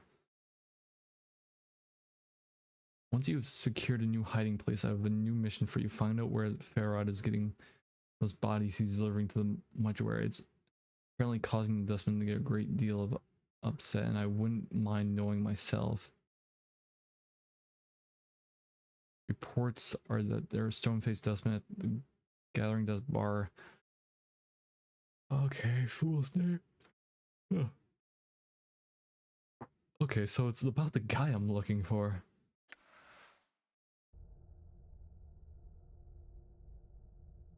All right. I guess I can't go back now. I did get what I needed. Whoa, holy shit.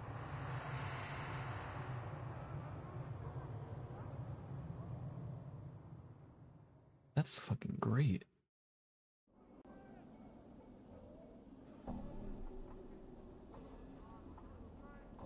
Oh, that was amazing. That looked cool.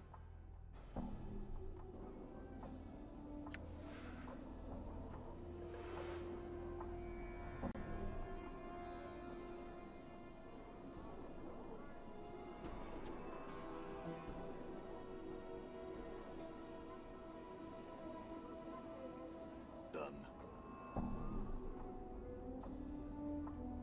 Yo, a harlot. You have information, harlot. Greetings.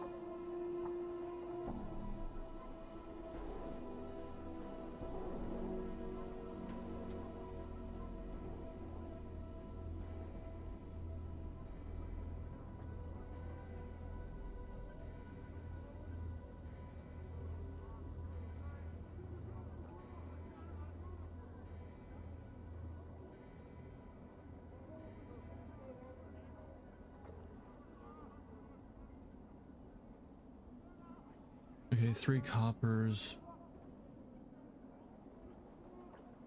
Give me information.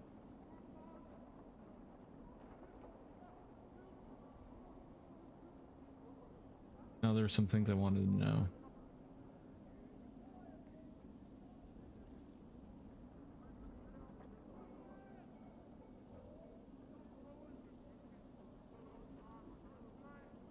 Can you tell me about this city? What is it? It's a city beneath your yeah, that's pretty obvious. What exactly is Sigil?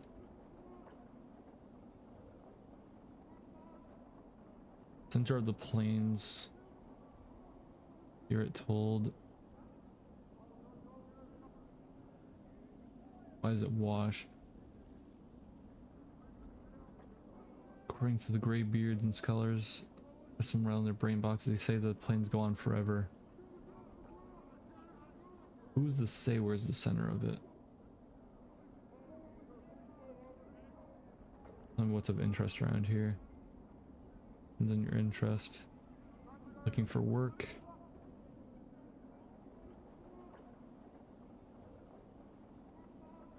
Okay, drunken harpies. What else around here of interest? Depends on your interest.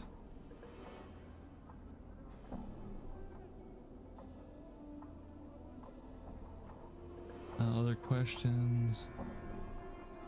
Looking for someone named Farad. One of the great darks, if you're wanting to know about that blood, there'll be thrice the coppers of a normal asking.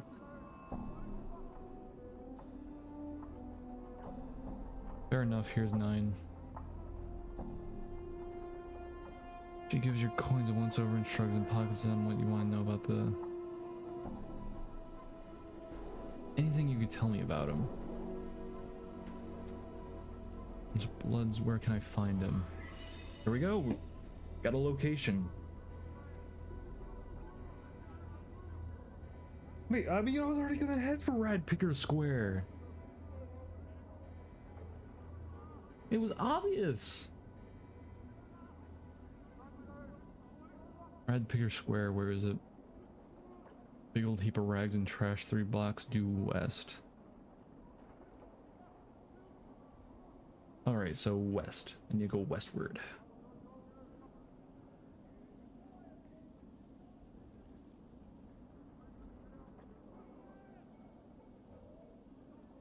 Looking for a journal.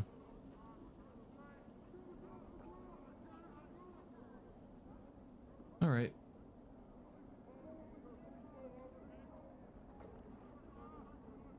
Chief, can you sport me some jink? It's been a long time, it has.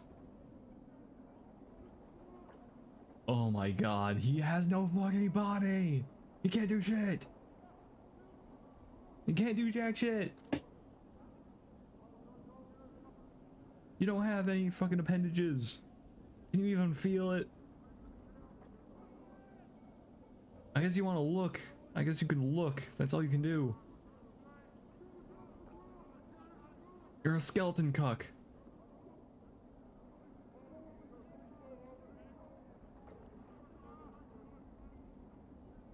I'm not even going to ask how you intend to accomplish this.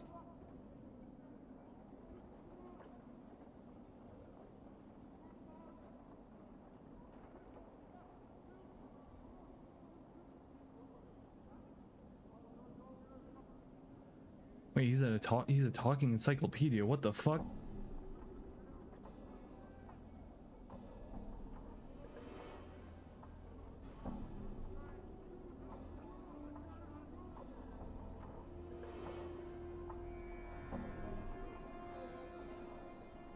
Let's just get out of here. Farewell, miss. So I have to go westward.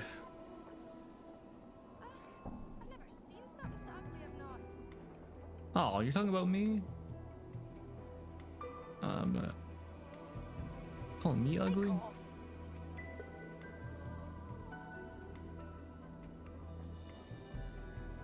Leather armor. Yada, 4 eagle pike off.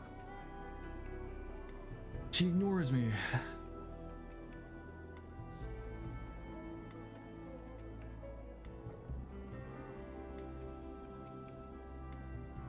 Can't help but notice that you have a tail.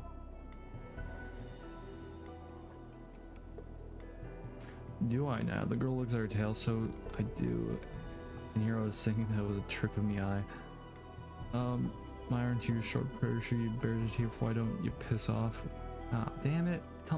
I'm being told to fuck off.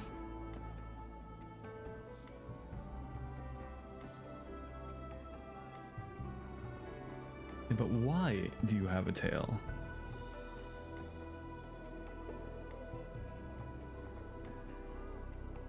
Very well then. Oh, I can just decide to kill her.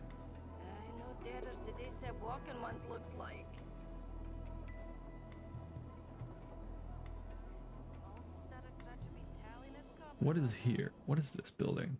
Chief, what are we doing in here? Let's say we just give this place the laugh, all right?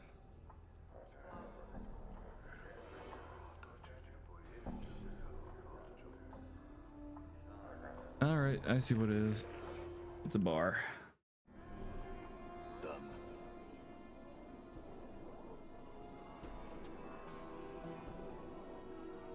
Why is there so many harlots?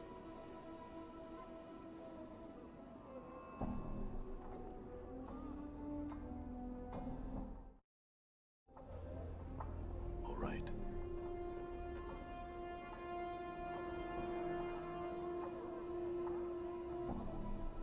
What the hell? Why do they look like this?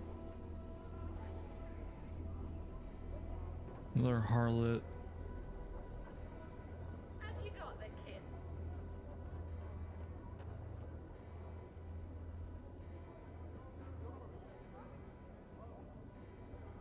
have some questions. Looking for a man-made Farad.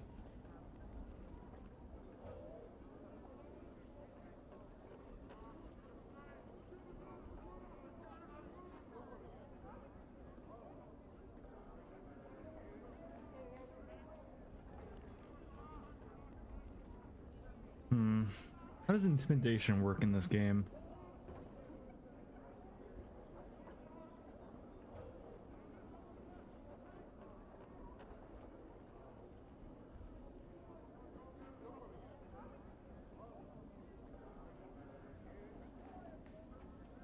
Yeah, no, I'm not paying this guy. Damsel in distress. Wow. You see a pretty young woman, her hair is in disarray, and voice of her dress is torn. She looks like it's written, greetings. She runs up to you and grabs your arm. Notice the front of her dress is stained in blood. Help me. Better please, they're killing my sister. Who? She looks around wildly. This drunken man who's followed us from one of the taverns. We went through. We went. He meant no harm. Please, Cutter. There's time. Help us. Wait. First you said they were killing your sister, and now you say he is killing her. Which is it? I'm a fucking genius. You can't pull them mind tricks on me.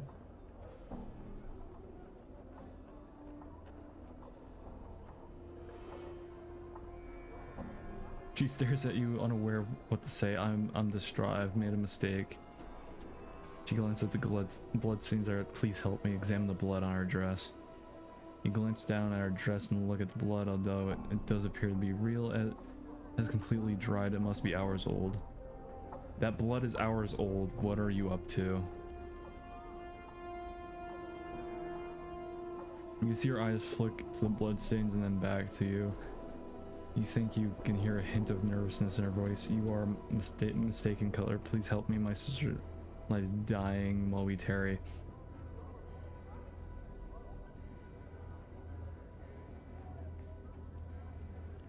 Huh. What a loser. You're not smart like me. Yes. Damsel in distress.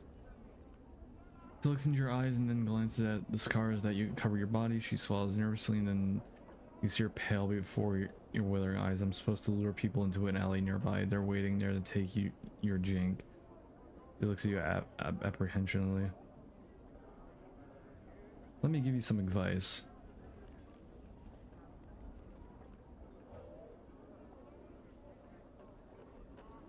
Don't pick someone like me as your mark. Choose some drunken flop who looks like he's never seen a battle in his life.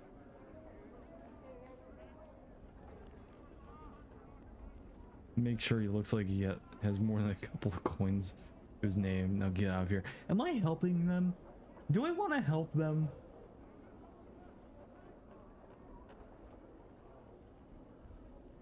Is giving them advice a good idea? I don't think it's moral.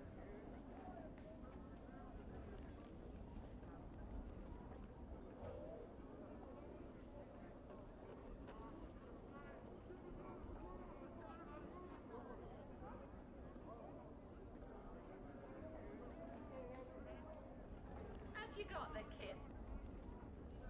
Mourns for trees. What type of name is that? Oops.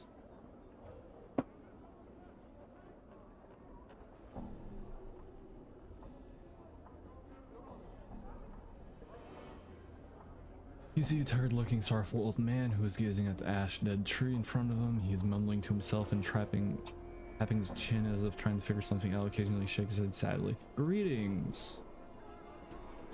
He seems momentarily startled as you interrupt his train of thought. He speaks to a calm, unheard tone, one full of sadness. Oh, greetings to you, friend. How's this day find you?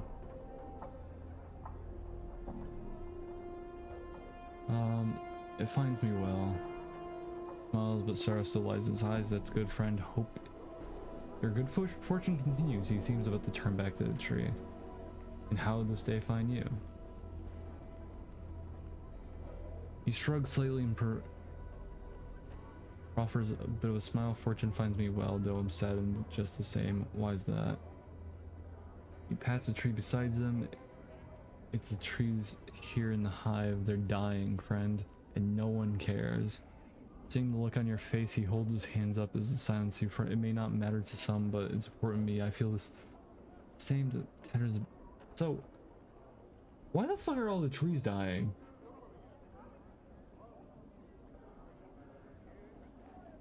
If all of them are dying, it's a bit of a concern. There might be a higher conspiracy here.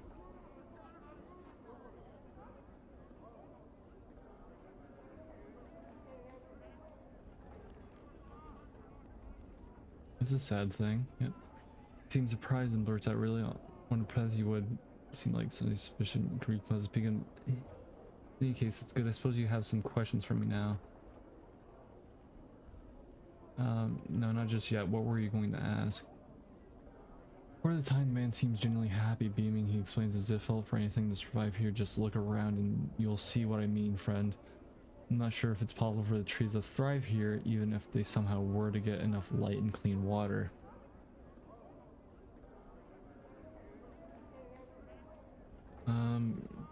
Go on. He nods enthusiastically, but if there's enough people, if enough people care, really want them to live, I just know they'll survive. They'll turn green again and flourish.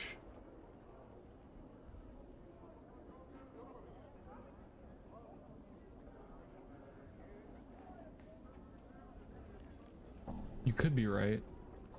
I am right. I'm certain of it. A sense of conviction surrounds him like an aura. Seems so unlike the man you first spoke to. That's all I'd ask of you, friend. Just care for them, hope for their recovery in time. If enough people want it, it'll come to pass. Can you do that for me, friend?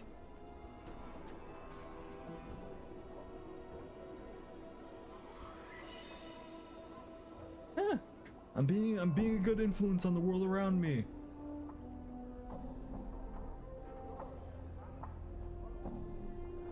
I'm being a good guy. Excellent, my friend, excellent. I think you've given me back my confidence, my purpose. Perhaps I can find others like you who will listen. Perhaps it will make a difference. What of your companions, friend? Would you speak to them on my behalf? Morty, what do you think? Oh yeah, sure, Chief, whatever you say.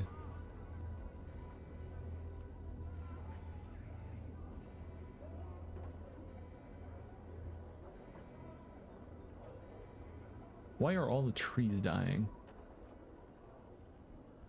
Anything having easing the life here besides its rested conditions? The Dabus? No, I'm sure you've seen them. They're the ladies' servants. They care for the city. Oh, so this city's just kind of fucked in general.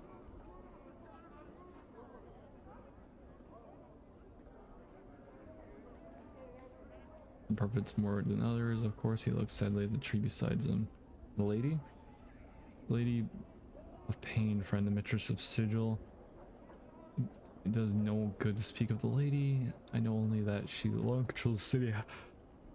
But it appears the way I'm not speak to her no more.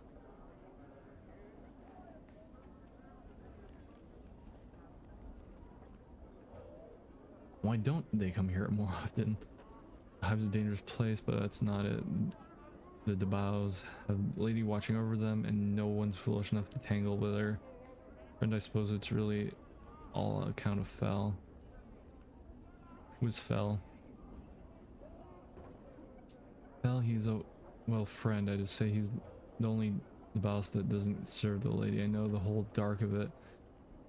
Some of his fellows live here alone. In the hive, he runs a tattoo parlor.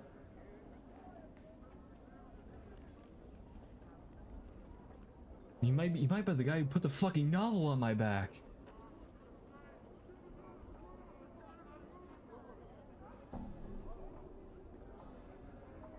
Very wary of this place. Tell me about this tattoo parlor.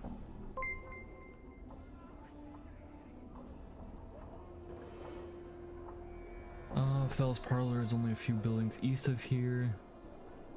It's marked with his personal symbol, a white oval pierced lightning bolt. Never been there myself, friends. Thank you for the follow, Scare Lab. Appreciate it.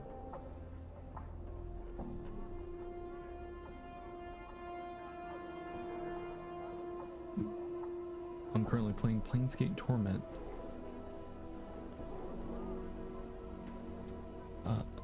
I have a novel on my back.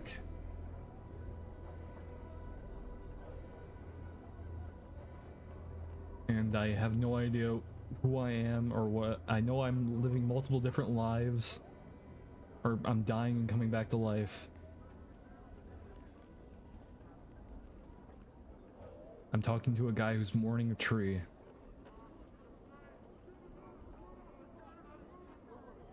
I'm currently in the west sector, I think. I've been playing for 2 hours, about.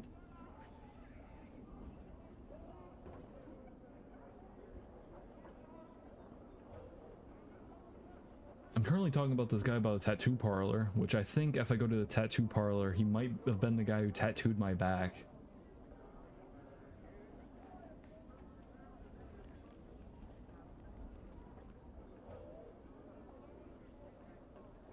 Speaks in images.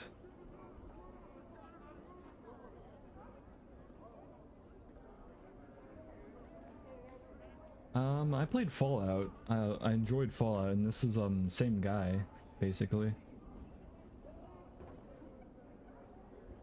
I've been enjoying this game so far. I've talked to the guy about his deaf religion.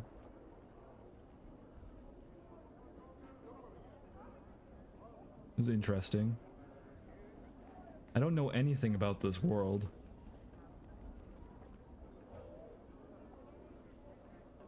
But anyway. Orange for trees. He nods, so he's somehow able to turn images from speech into tattoos and not just ordinary inkings either. I'm told that there's magic about them. And more than just in their making. I don't know much else about it though.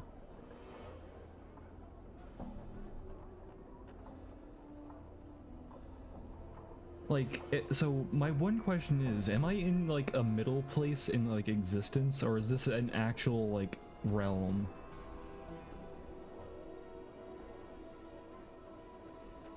Yeah, is my audio okay? I just need to make sure.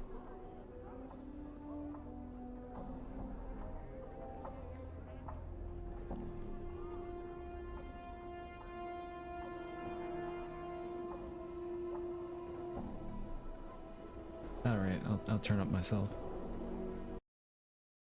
Because I feel like the game's a little bit loud.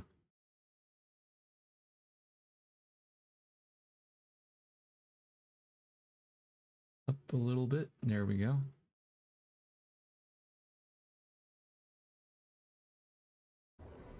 Is that any better? I think it's better.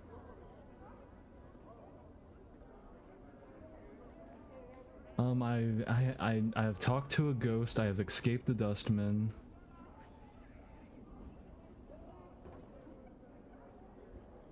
And I told the damsel in distress that she was a fraud.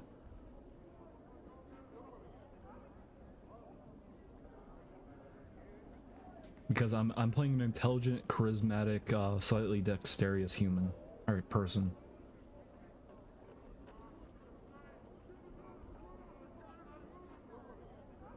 Anyway, I'm told there's magic about them.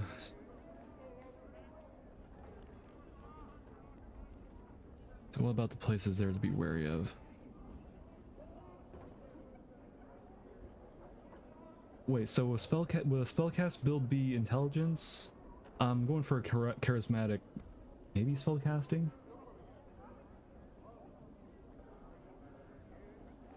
I guess I have to go for spellcasting since I only have 8 strength.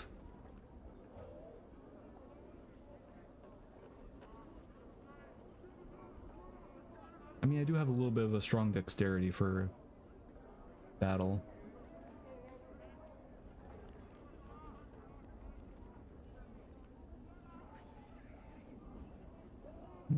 I mean, this is D&D, so I think magic would be an interesting for the setting.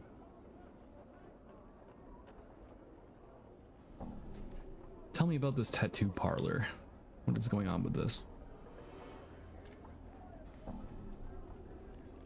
Fell's parlor is only a few buildings east, alright. Alright, go on, I already got that. Don't have any idea how he came to be shunned.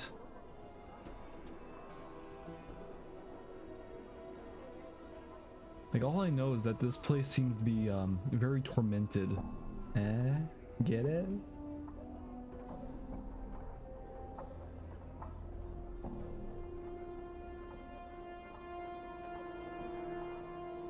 And for some reason the trees are dead. But I want to revive the trees. I want to get the trees to get better.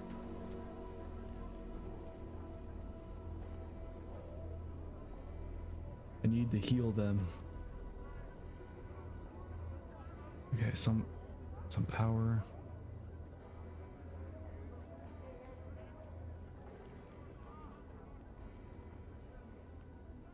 So she won't allow. Oh. I mean, like, he did talk about the lady, but he didn't sound like a fan of the lady.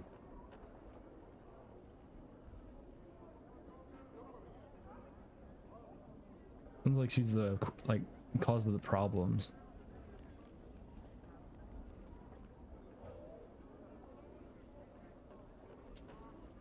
His name was...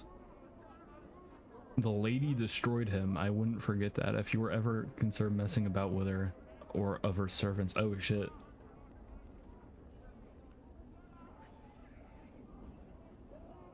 Oh. She sounds really mean.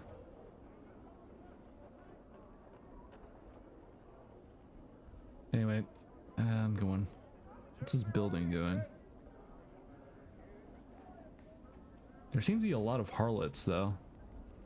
Not gonna lie, like at least 20 harlots so far.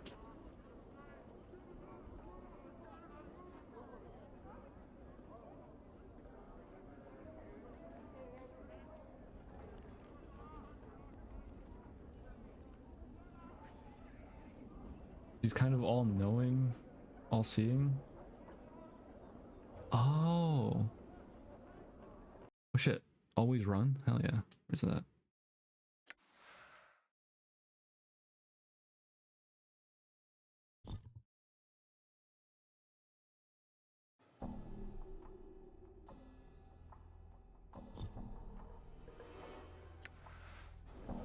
Thank you for that. Good advice. Okay, should I go for the tattoo parlor? Or I think I should go for the tattoo parlor.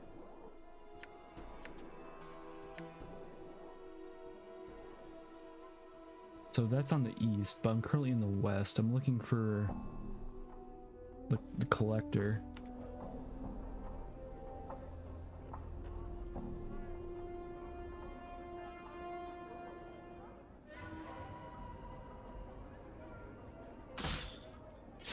What the hell?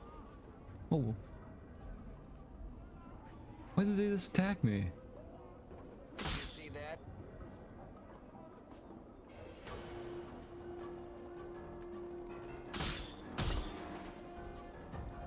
I just got attacked in the middle of...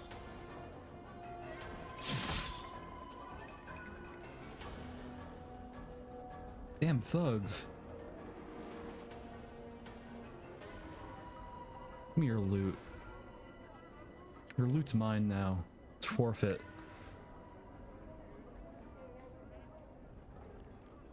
The other one ran off. Oh, he's over there. Hey, come on. Come on. He's afraid. He's scared. Get him. No, get back here. Give me your blood.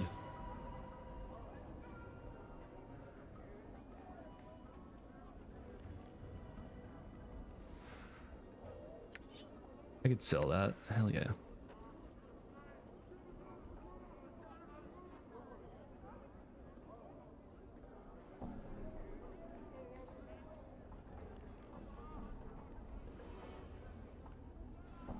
I do like how it looks. It's interesting. I never played anything Dungeons and Dragons,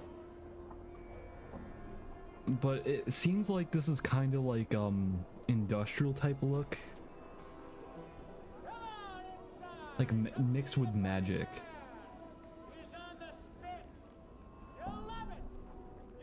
What the hell is that?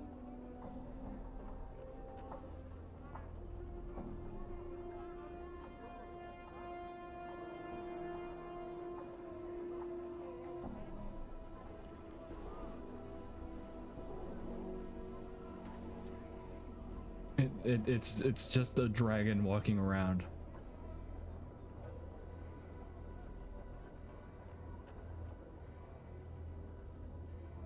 I guess kobold? I mean, kobolds aren't dragons, are they? That would be a different setting, I guess. This black-scaled reptile towers to a height of 8 feet. Its great height, however, is offset by its thin, snake-like frame. A long, prehensile tail drags behind it, and its leathery wings are hooked behind its back.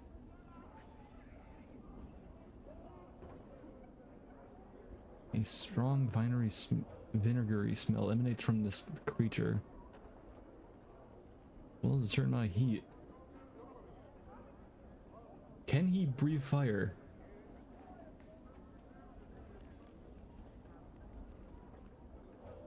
Greetings.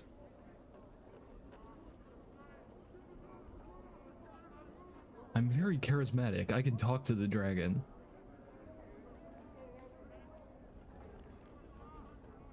I'm so charismatic I can talk to dragons.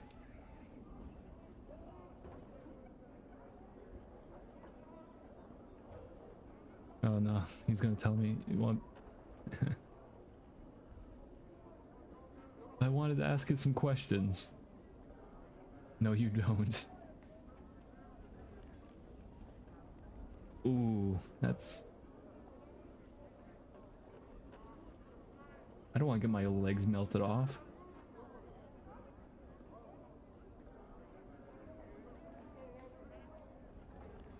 They're touchy. Let's just go. I'll risk it.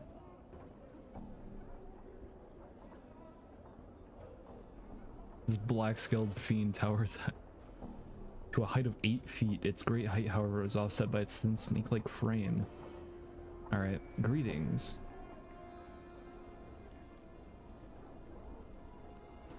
The creature slowly turns its head down to look at you. Its scaled forehead wrinkles into a frown. Oh shit, he's already mad.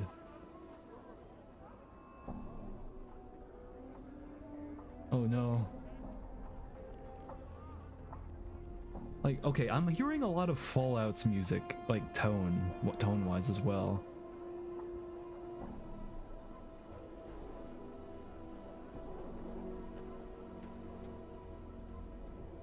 Anyway, rasping hiss, you know, as the heat radiating from the creature begins to rise. I'd like to speak with you a moment.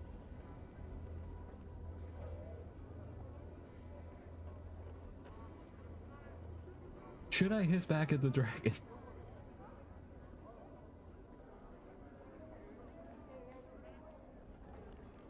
He hates me. The creature opens its mouth, displaying a row of blackened fangs. Fires begin to dance around the shoulders and arms of the creature as it gives a long, low hiss.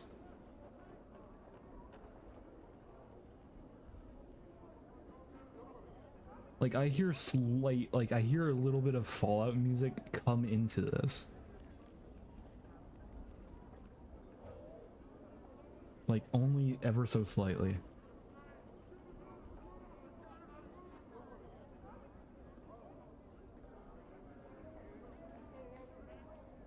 Calm yourself, I just want to talk to you. Okay, should I hiss back? Which one should I do?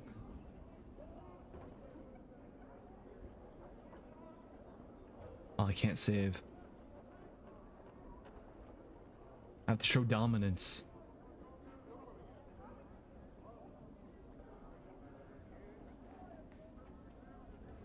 Calm yourself, I just want to talk to you. The creature speaks in a rasping hiss. Its voice sounds like two rough stones being scraped together. It hisses for a few moments, its gravelly voice rising and falling. I honestly feel like I'm pushing this guy to his, like, limit.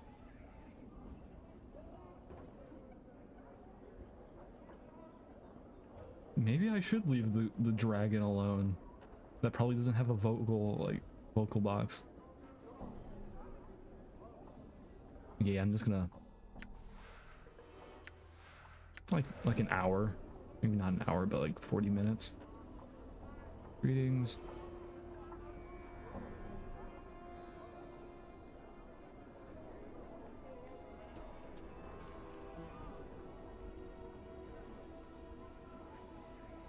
Okay, the creature snarls, nothing to say to you.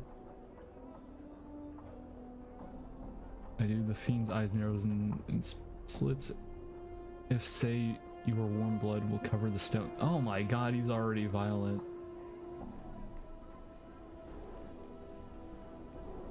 Damn, these creatures are very violent. Okay. Oh my god.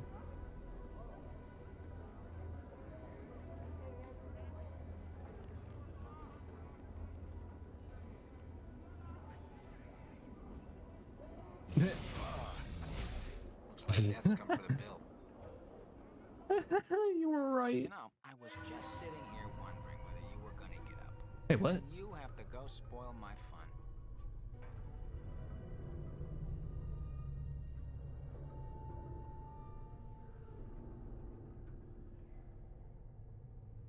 What?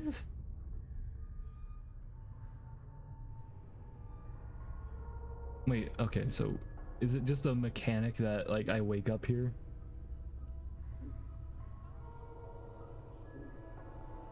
So what if I go back to him? So if I go back to the dragon and be like, haha, I'm still alive, bitch.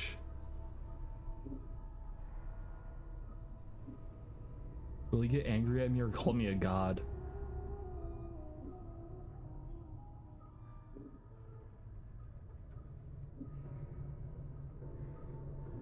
Do I still have my stuff? I do.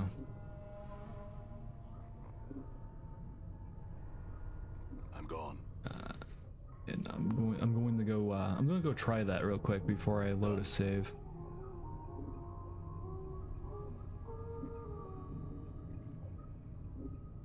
I'm gonna go see if he actually like recognizes it. Done. Hey, what? This is a different entrance. Actually, no, it's not. I came out through there, that little tomb. Cause I explored all of the monastery. I found a tomb. I talked to a ghost.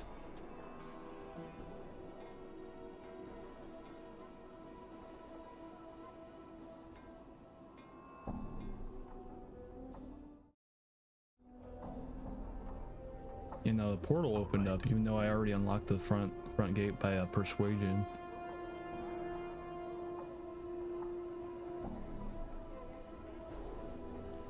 Oh no, those are goons. There he is. Wait, he's still angry.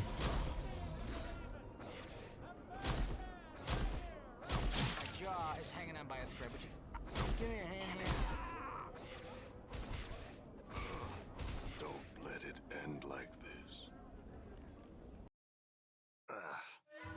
Worse than last time. Oh yeah, no, she did say that. Geez, that's kind of tragic though. I'm just gonna reload a game.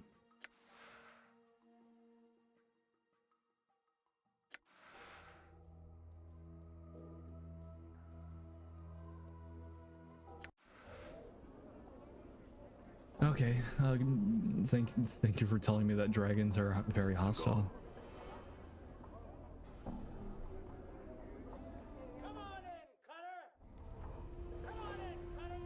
Smoldering corpse bar.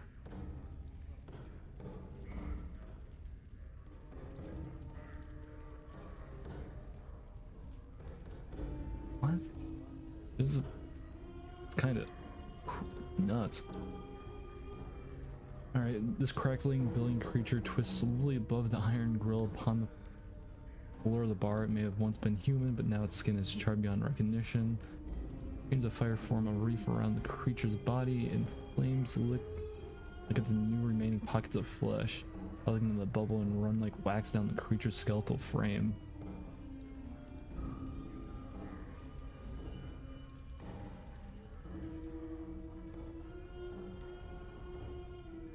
Examine the smoldering corpse. The heat surrounding this creature is incredible. To your surprise, the iron grill the creature floats above has sagged and bent from the heat. First you thought the heat came from the grill, but now you realize it emanates from the creature. As you watch the flecks of ash drift from the withering corpse float slowly to the ceiling. Greetings?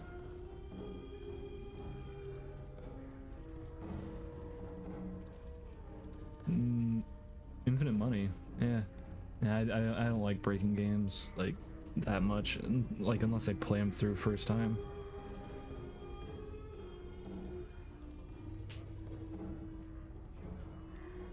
The thing makes no response. It withers slowly within the flames it lives out, but does not seem aware of anything other than the fire that surrounds it. Its skin is flame, its heart is flame, and you know within some shadowed corner of your memory that this thing is dangerous.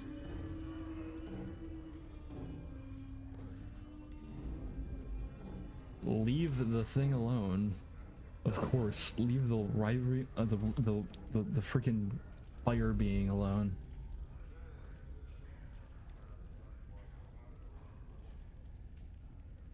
He's literally the Human Torch, but D&D, but more tormented.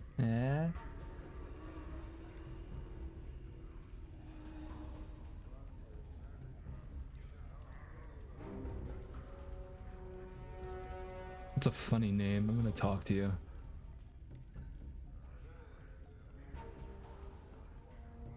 Oh my god, the descriptions are so long.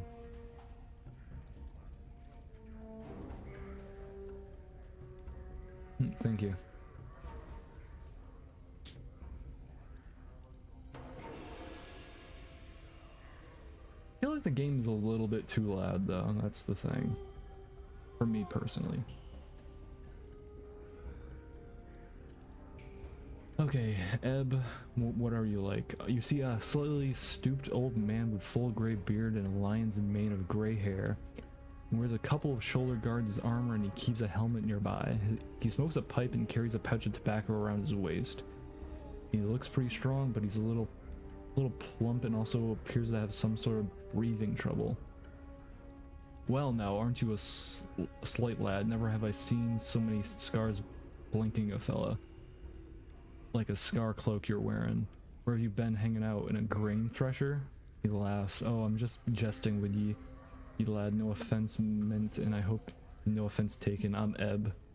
He extends his hand.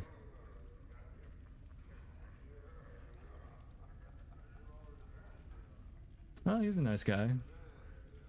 Damn. But he does seem to be wearing thug armor.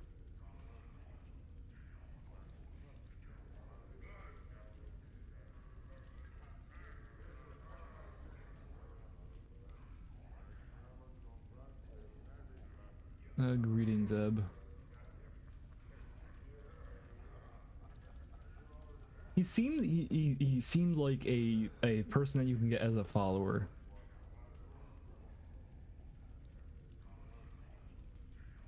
He seems like a follower guy. I think that's just like any character at this point. His handshake is firm. Now I hereby tender my apologies for the unfair jesting, lad. Hope no hard feelings. I can buy you a tanker or two of something to smooth any ruffled feathers. Why not?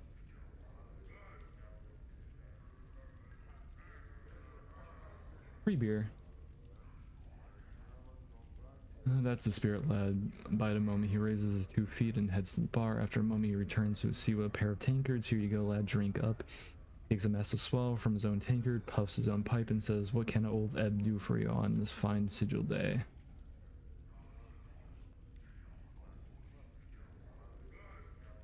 I had some questions about this place. Well, I gathered that just to look at you. I mean, You don't look like you're from around these parts, lad. You look like a little too out of the sorts to be a seasoned native. Eb chuckles and takes another drink. So, what can I help you with, lad? You need to know the lay of the land. Eb winks.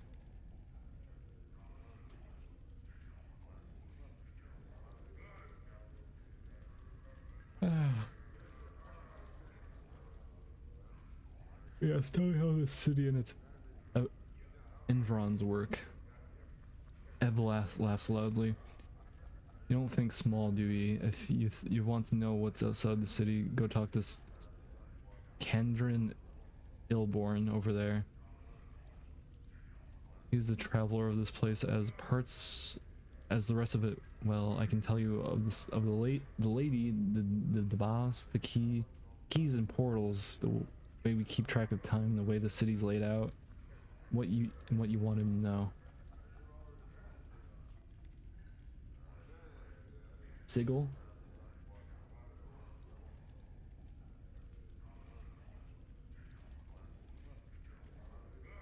He balls. You know, like the D&D pronunciation is like, is it D&D pronunciation? I don't know. It's like it's like weird pronunciations and like weird words.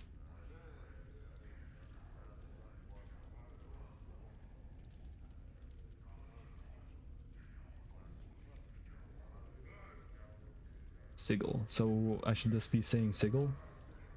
Sigil?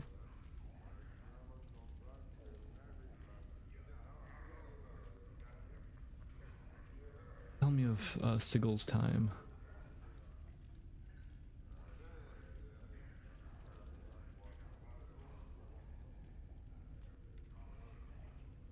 The way we measure time in Sigil by the brightness of the sky. See, we haven't got a sun and a moon like most worlds.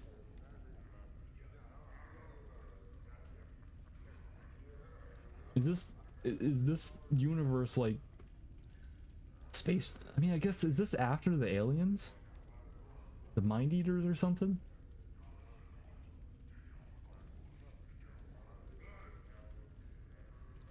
Or are they talking about different worlds in terms of spirit?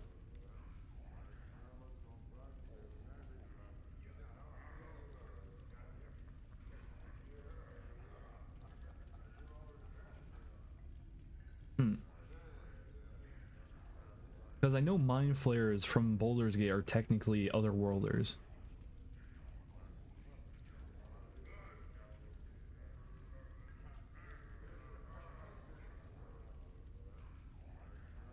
I don't know much about D&D, but I know like base level stuff.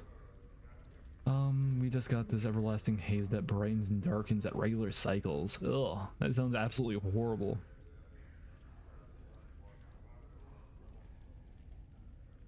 But most folks can't call midnight, we call anti-peak. It's what they call noon, we call peak. Yo, it's so peak.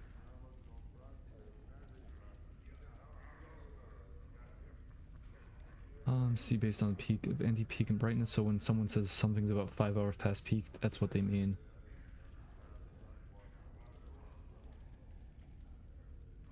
But also in D&D there's a concept called spell jamming, which is basically space travel using ships powered by magic. You can also travel between alternate universes and planets. Wow.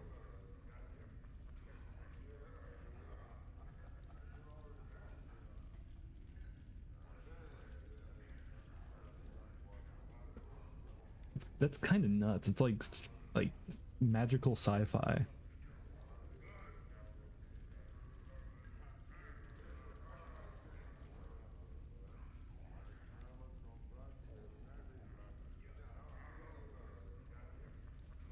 Which I like sci-fi. I really like sci-fi.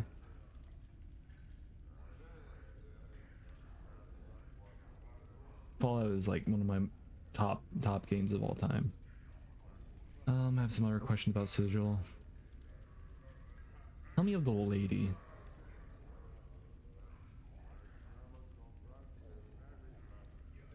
Well, no, not many know much about her, lad, and I'm figuring even those that know more than a little don't know too much more. She's a mystery, she is, and even should you run across her, powers forbid, she's silent and deadly. Silent and deadly. She's not evil far as I can tell, but she keeps the dark about herself in a sigil pretty tight. None's been able to penetrate it. If they have been mazed.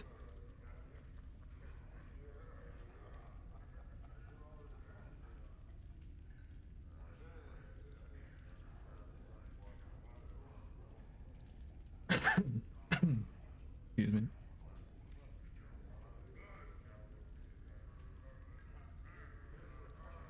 Oh. Oh, because like the dark, like isn't like the dark thing like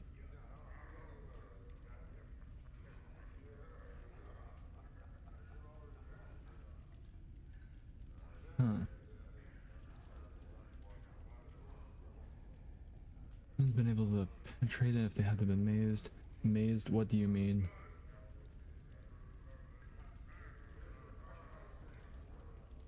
This is some this game requires a lot of reading.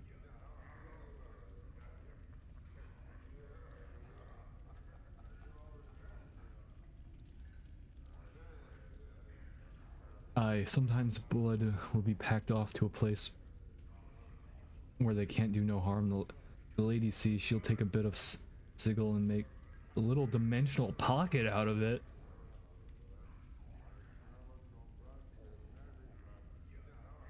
A maze. She places those that have crossed her in there and lets them rot. Oh god.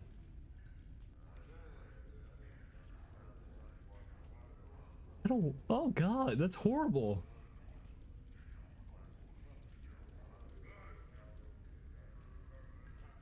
She puts them in the back rooms.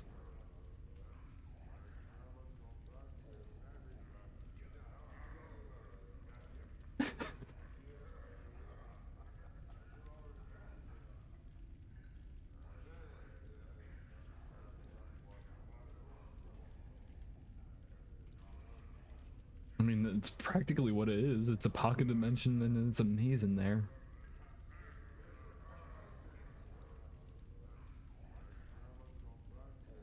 Have puffs his pipe. Now you can't escape getting mazed once the lady sets her gaze on you, lad. She'll get you eventually. No matter how hard you try to dodge her, you'll be walking down an alley or about to step through a portal or take a left turn down an street you've gone many old times before, and suddenly you're someplace you don't recognize.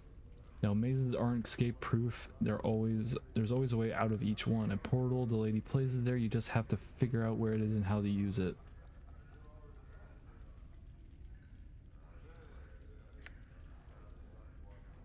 Pretty much the back rooms.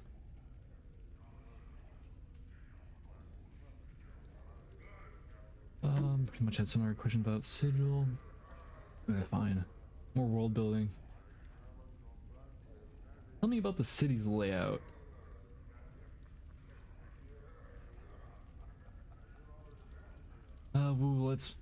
Let me get my tongue, wet my tongue. He takes a pull from his tankard.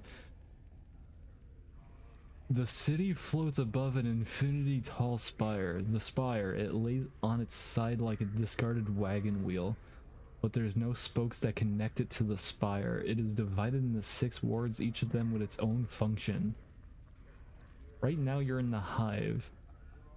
I think the purpose of the Hive is to be a squalor to the rest of the city's grandeur, he laughs.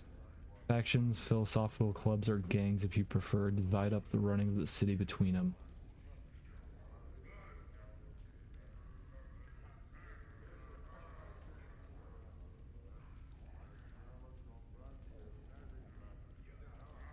Wait, so are we like a strip of like mechanical land?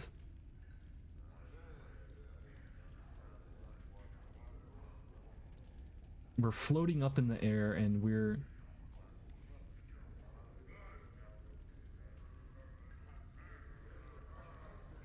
and it's basically a system?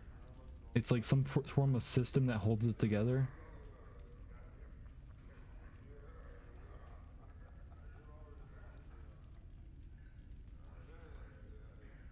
So we're on a planet and we're on a spire that's up and then we're floating on the spire from the tip.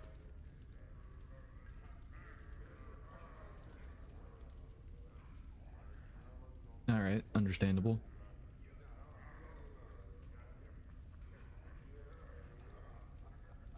Were you in a faction? Ab raises his hand as to stop you and laughs slightly. Oh, now hold on, lad. I'm no has-been faction member. They say, and they're right. That once you're one of the Hemorium, Hemorium for life. Hormonium? We're the Bloods that try to make sure Sigil stays out of trouble. No rocking the spire. No folks getting too over enthusiastic about hurting each other, keeping the city down to a low roar. We try to keep the peace, lad, and most times we do a decent job, so they're the peacekeepers.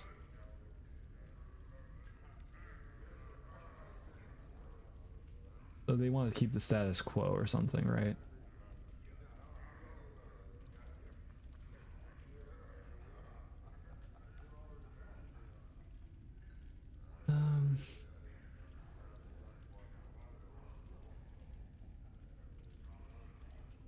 I'm missing a journal. You're missing a journal? Was there more to this journal than pages and words? Otherwise, I can't imagine too many Bloods who would bother themselves with letters unless it was recently hot and spicy. Not much use for books of learning around here. Don't know where you might find such a thing. A pups on his pipe and he snaps his fingers, but you know, lad, if Parrot is the one who scraped you off the Sigil Street, then he might know the truth of where your stuff is. But it's most likely in his larder, if you ask me. A dead man is surely in no position to keep his possessions when the collectors tumble across his body.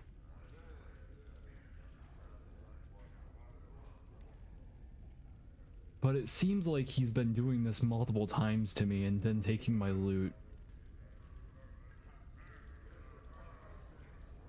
Because Hall told me that he has done this multiple times and he gets richer every time I wake up.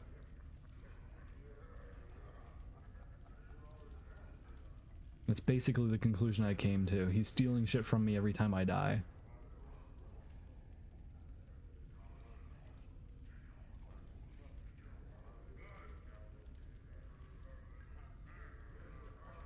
Tell me about Farad? I think it's Farad. Well, no, I don't know everything there is know about old Farad, but I know some of the dark surrounding him. If you're determined to track down the spider and nail him to a wall, then I suppose I could spill some of that chant. So you know what you're tangling with. He pauses to thump his pipe. Farad dug his nest deep into a rag picker square not too long ago, got a bunch of collectors and gangs there and started what one could almost be considered a collecting faction, be of that as it may be.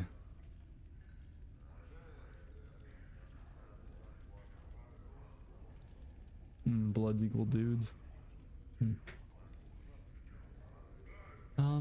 Where can I find him? Well, lad, if you're looking for Farad, which I would say is pretty barmy of you, you're a little off the beaten path. You want to be finding the rag picker square. Chant is the Farad setup is kept somewhere in the square. Even old fellow like me who's been around the ring a few times don't know exactly where. I figure the Farad wants to keep the dark of his location. If you're all bound and determined to find Farad, go to Rag Picker Square and try to dig up Farad's location from some of the locals. Try to be careful about it, since there's plenty in the square that would make a gut harp out of you as soon as you look at you.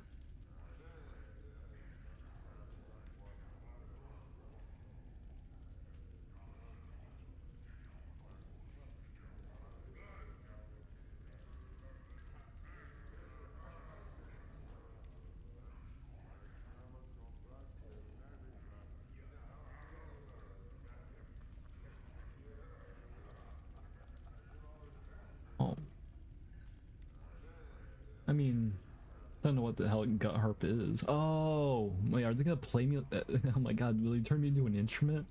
be pretty funny.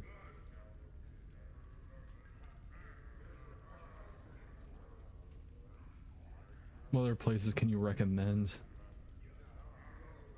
I mean, that's a like this.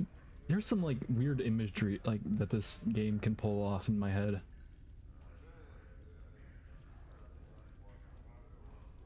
Some random stuff as well. Like in the beginning, like the skull wanted to do some necrophilia action.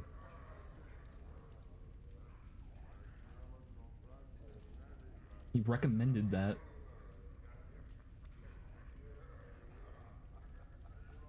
Even though he's just a skull. But yeah. Anyway, I think I'm enough that guy.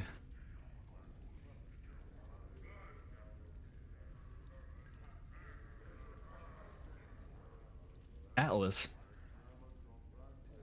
Atlas shrugged?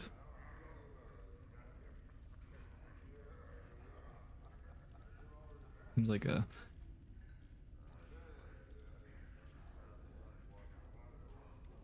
Yeah, no, they did offer that, but I saved them from the harlot.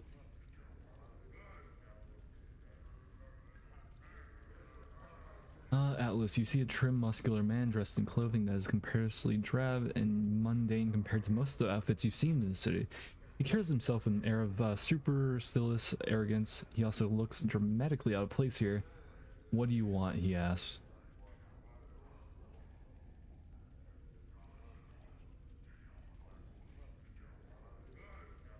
I'm looking for a journal. Have you seen one recently?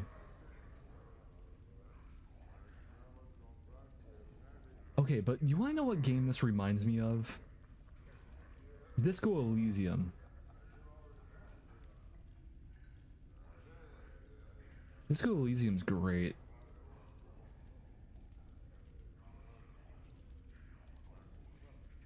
Thank you for the sub, man.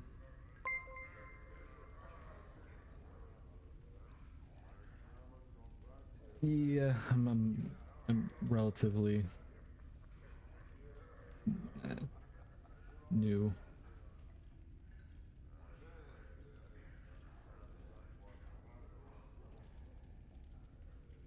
Wait, what was I doing? Oh, I'm afraid that I've not been searching for such items. I'm doing my best to reorient myself to this unfamiliar setting, and while I focus on small details in an attempt to do so, I must confess I have not been looking for journals of any sort.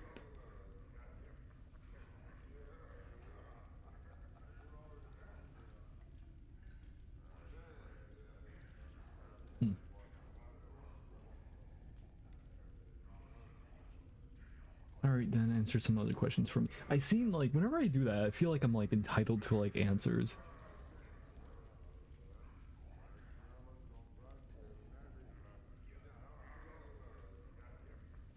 Yeah, no, that's how I feel like this game's gonna be. I feel like I'm gonna be reading at least 2 novels. I mean, my back has a novel on it, damn it.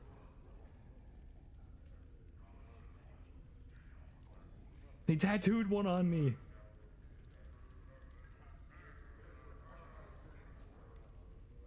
They gotta make me read.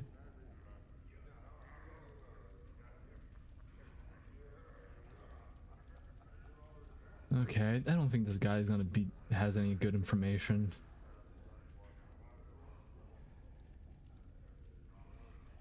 Lie, yes. Yeah, I'll give him the truth.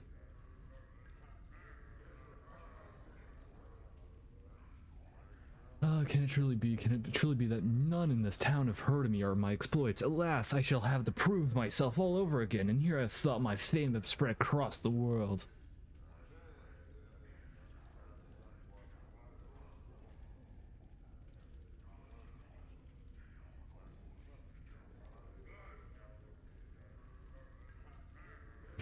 As people would force you to read by tattooing novels on your back.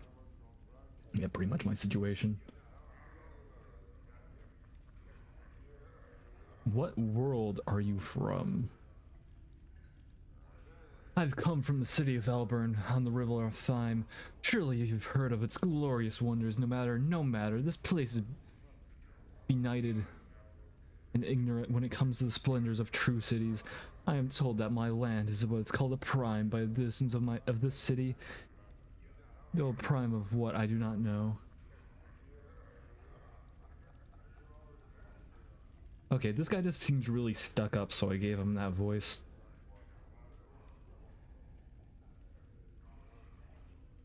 This seemed like he would be like that.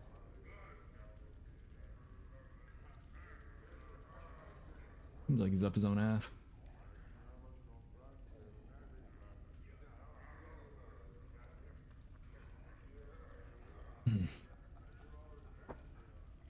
How did you get here? Okay, so he's not on the pyre. I don't think this guy was from the pyre.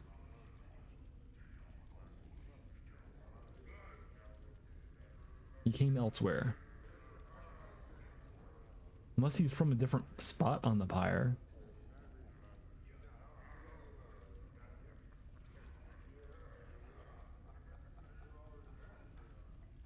I was chasing my own foe, the villainous life shade Tyr Tenrael. He pauses, waiting for an acknowledgement, and then continues. He conjured his demonic magic and opened himself a doorway and hurled himself through it.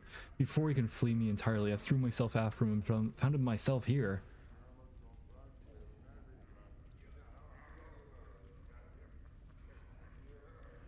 Oh, so he chucked himself into a portal.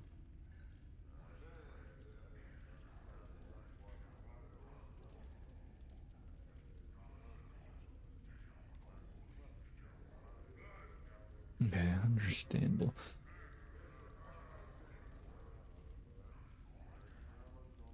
Okay, understandable. Quite an adventure.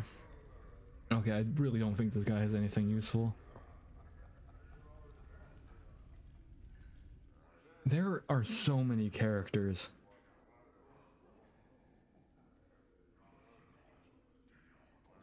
It's so hard to keep track. Not keep track, but it's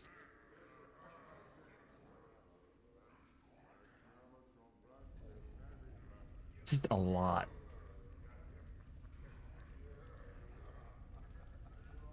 Like, I'm only 3 hours in. I feel like I've only scratched the surface of this whole game.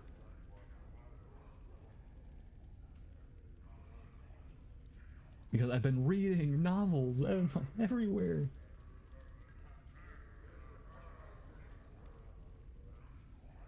So much reading.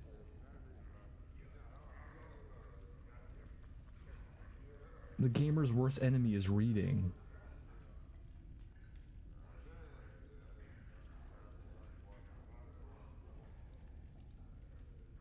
Oh, the man before you is old. His dry yellow skin has the scars of one who has traveled everywhere and never rested long in any one places.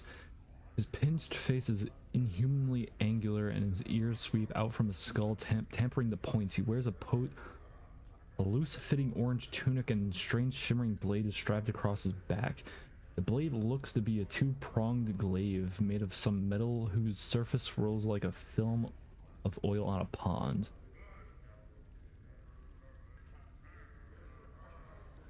Greetings.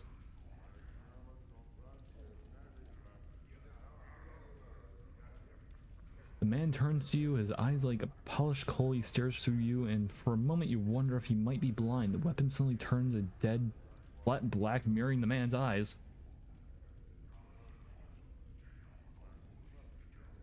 What the hell? What the hell is that sword doing? I want it. Hail, traveler. Hail.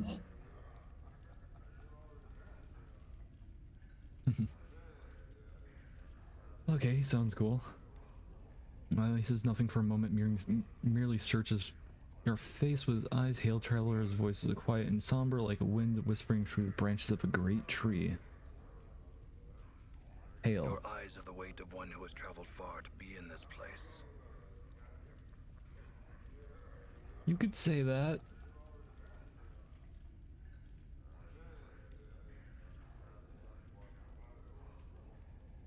Man's gaze does not waver from yours. I am known as Dakaron?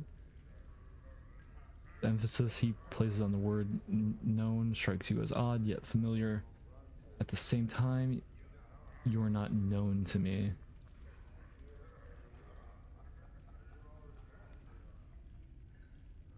I do not know myself.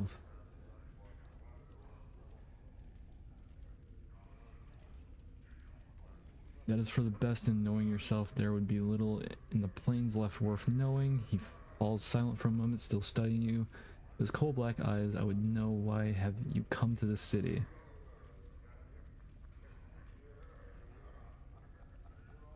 I'm looking for answers. I have many questions. Speak your questions and I will hear you. Oh yeah, and the ghost, oh yeah, that one ghost from the beginning, she said she saw like an inkling of the future and I refused to look at it.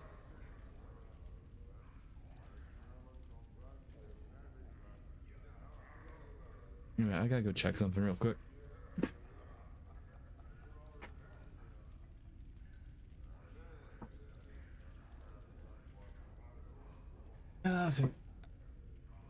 I think I'm going to call it here and resume tomorrow if possible.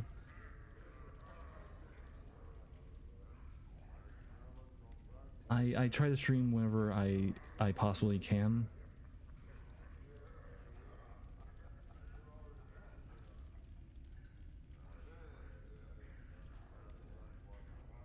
Your path is mine. Well, what, he just joined me?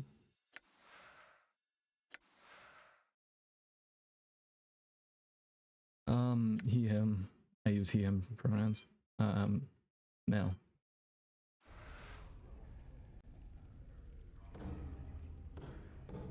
But, I might be on tomorrow if possible. Or the upcoming week.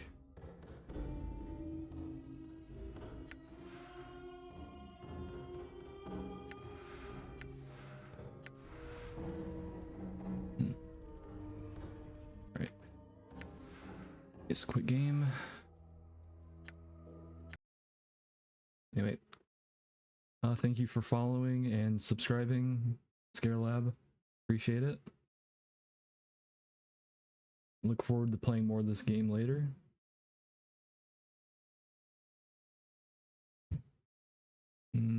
Have a good day.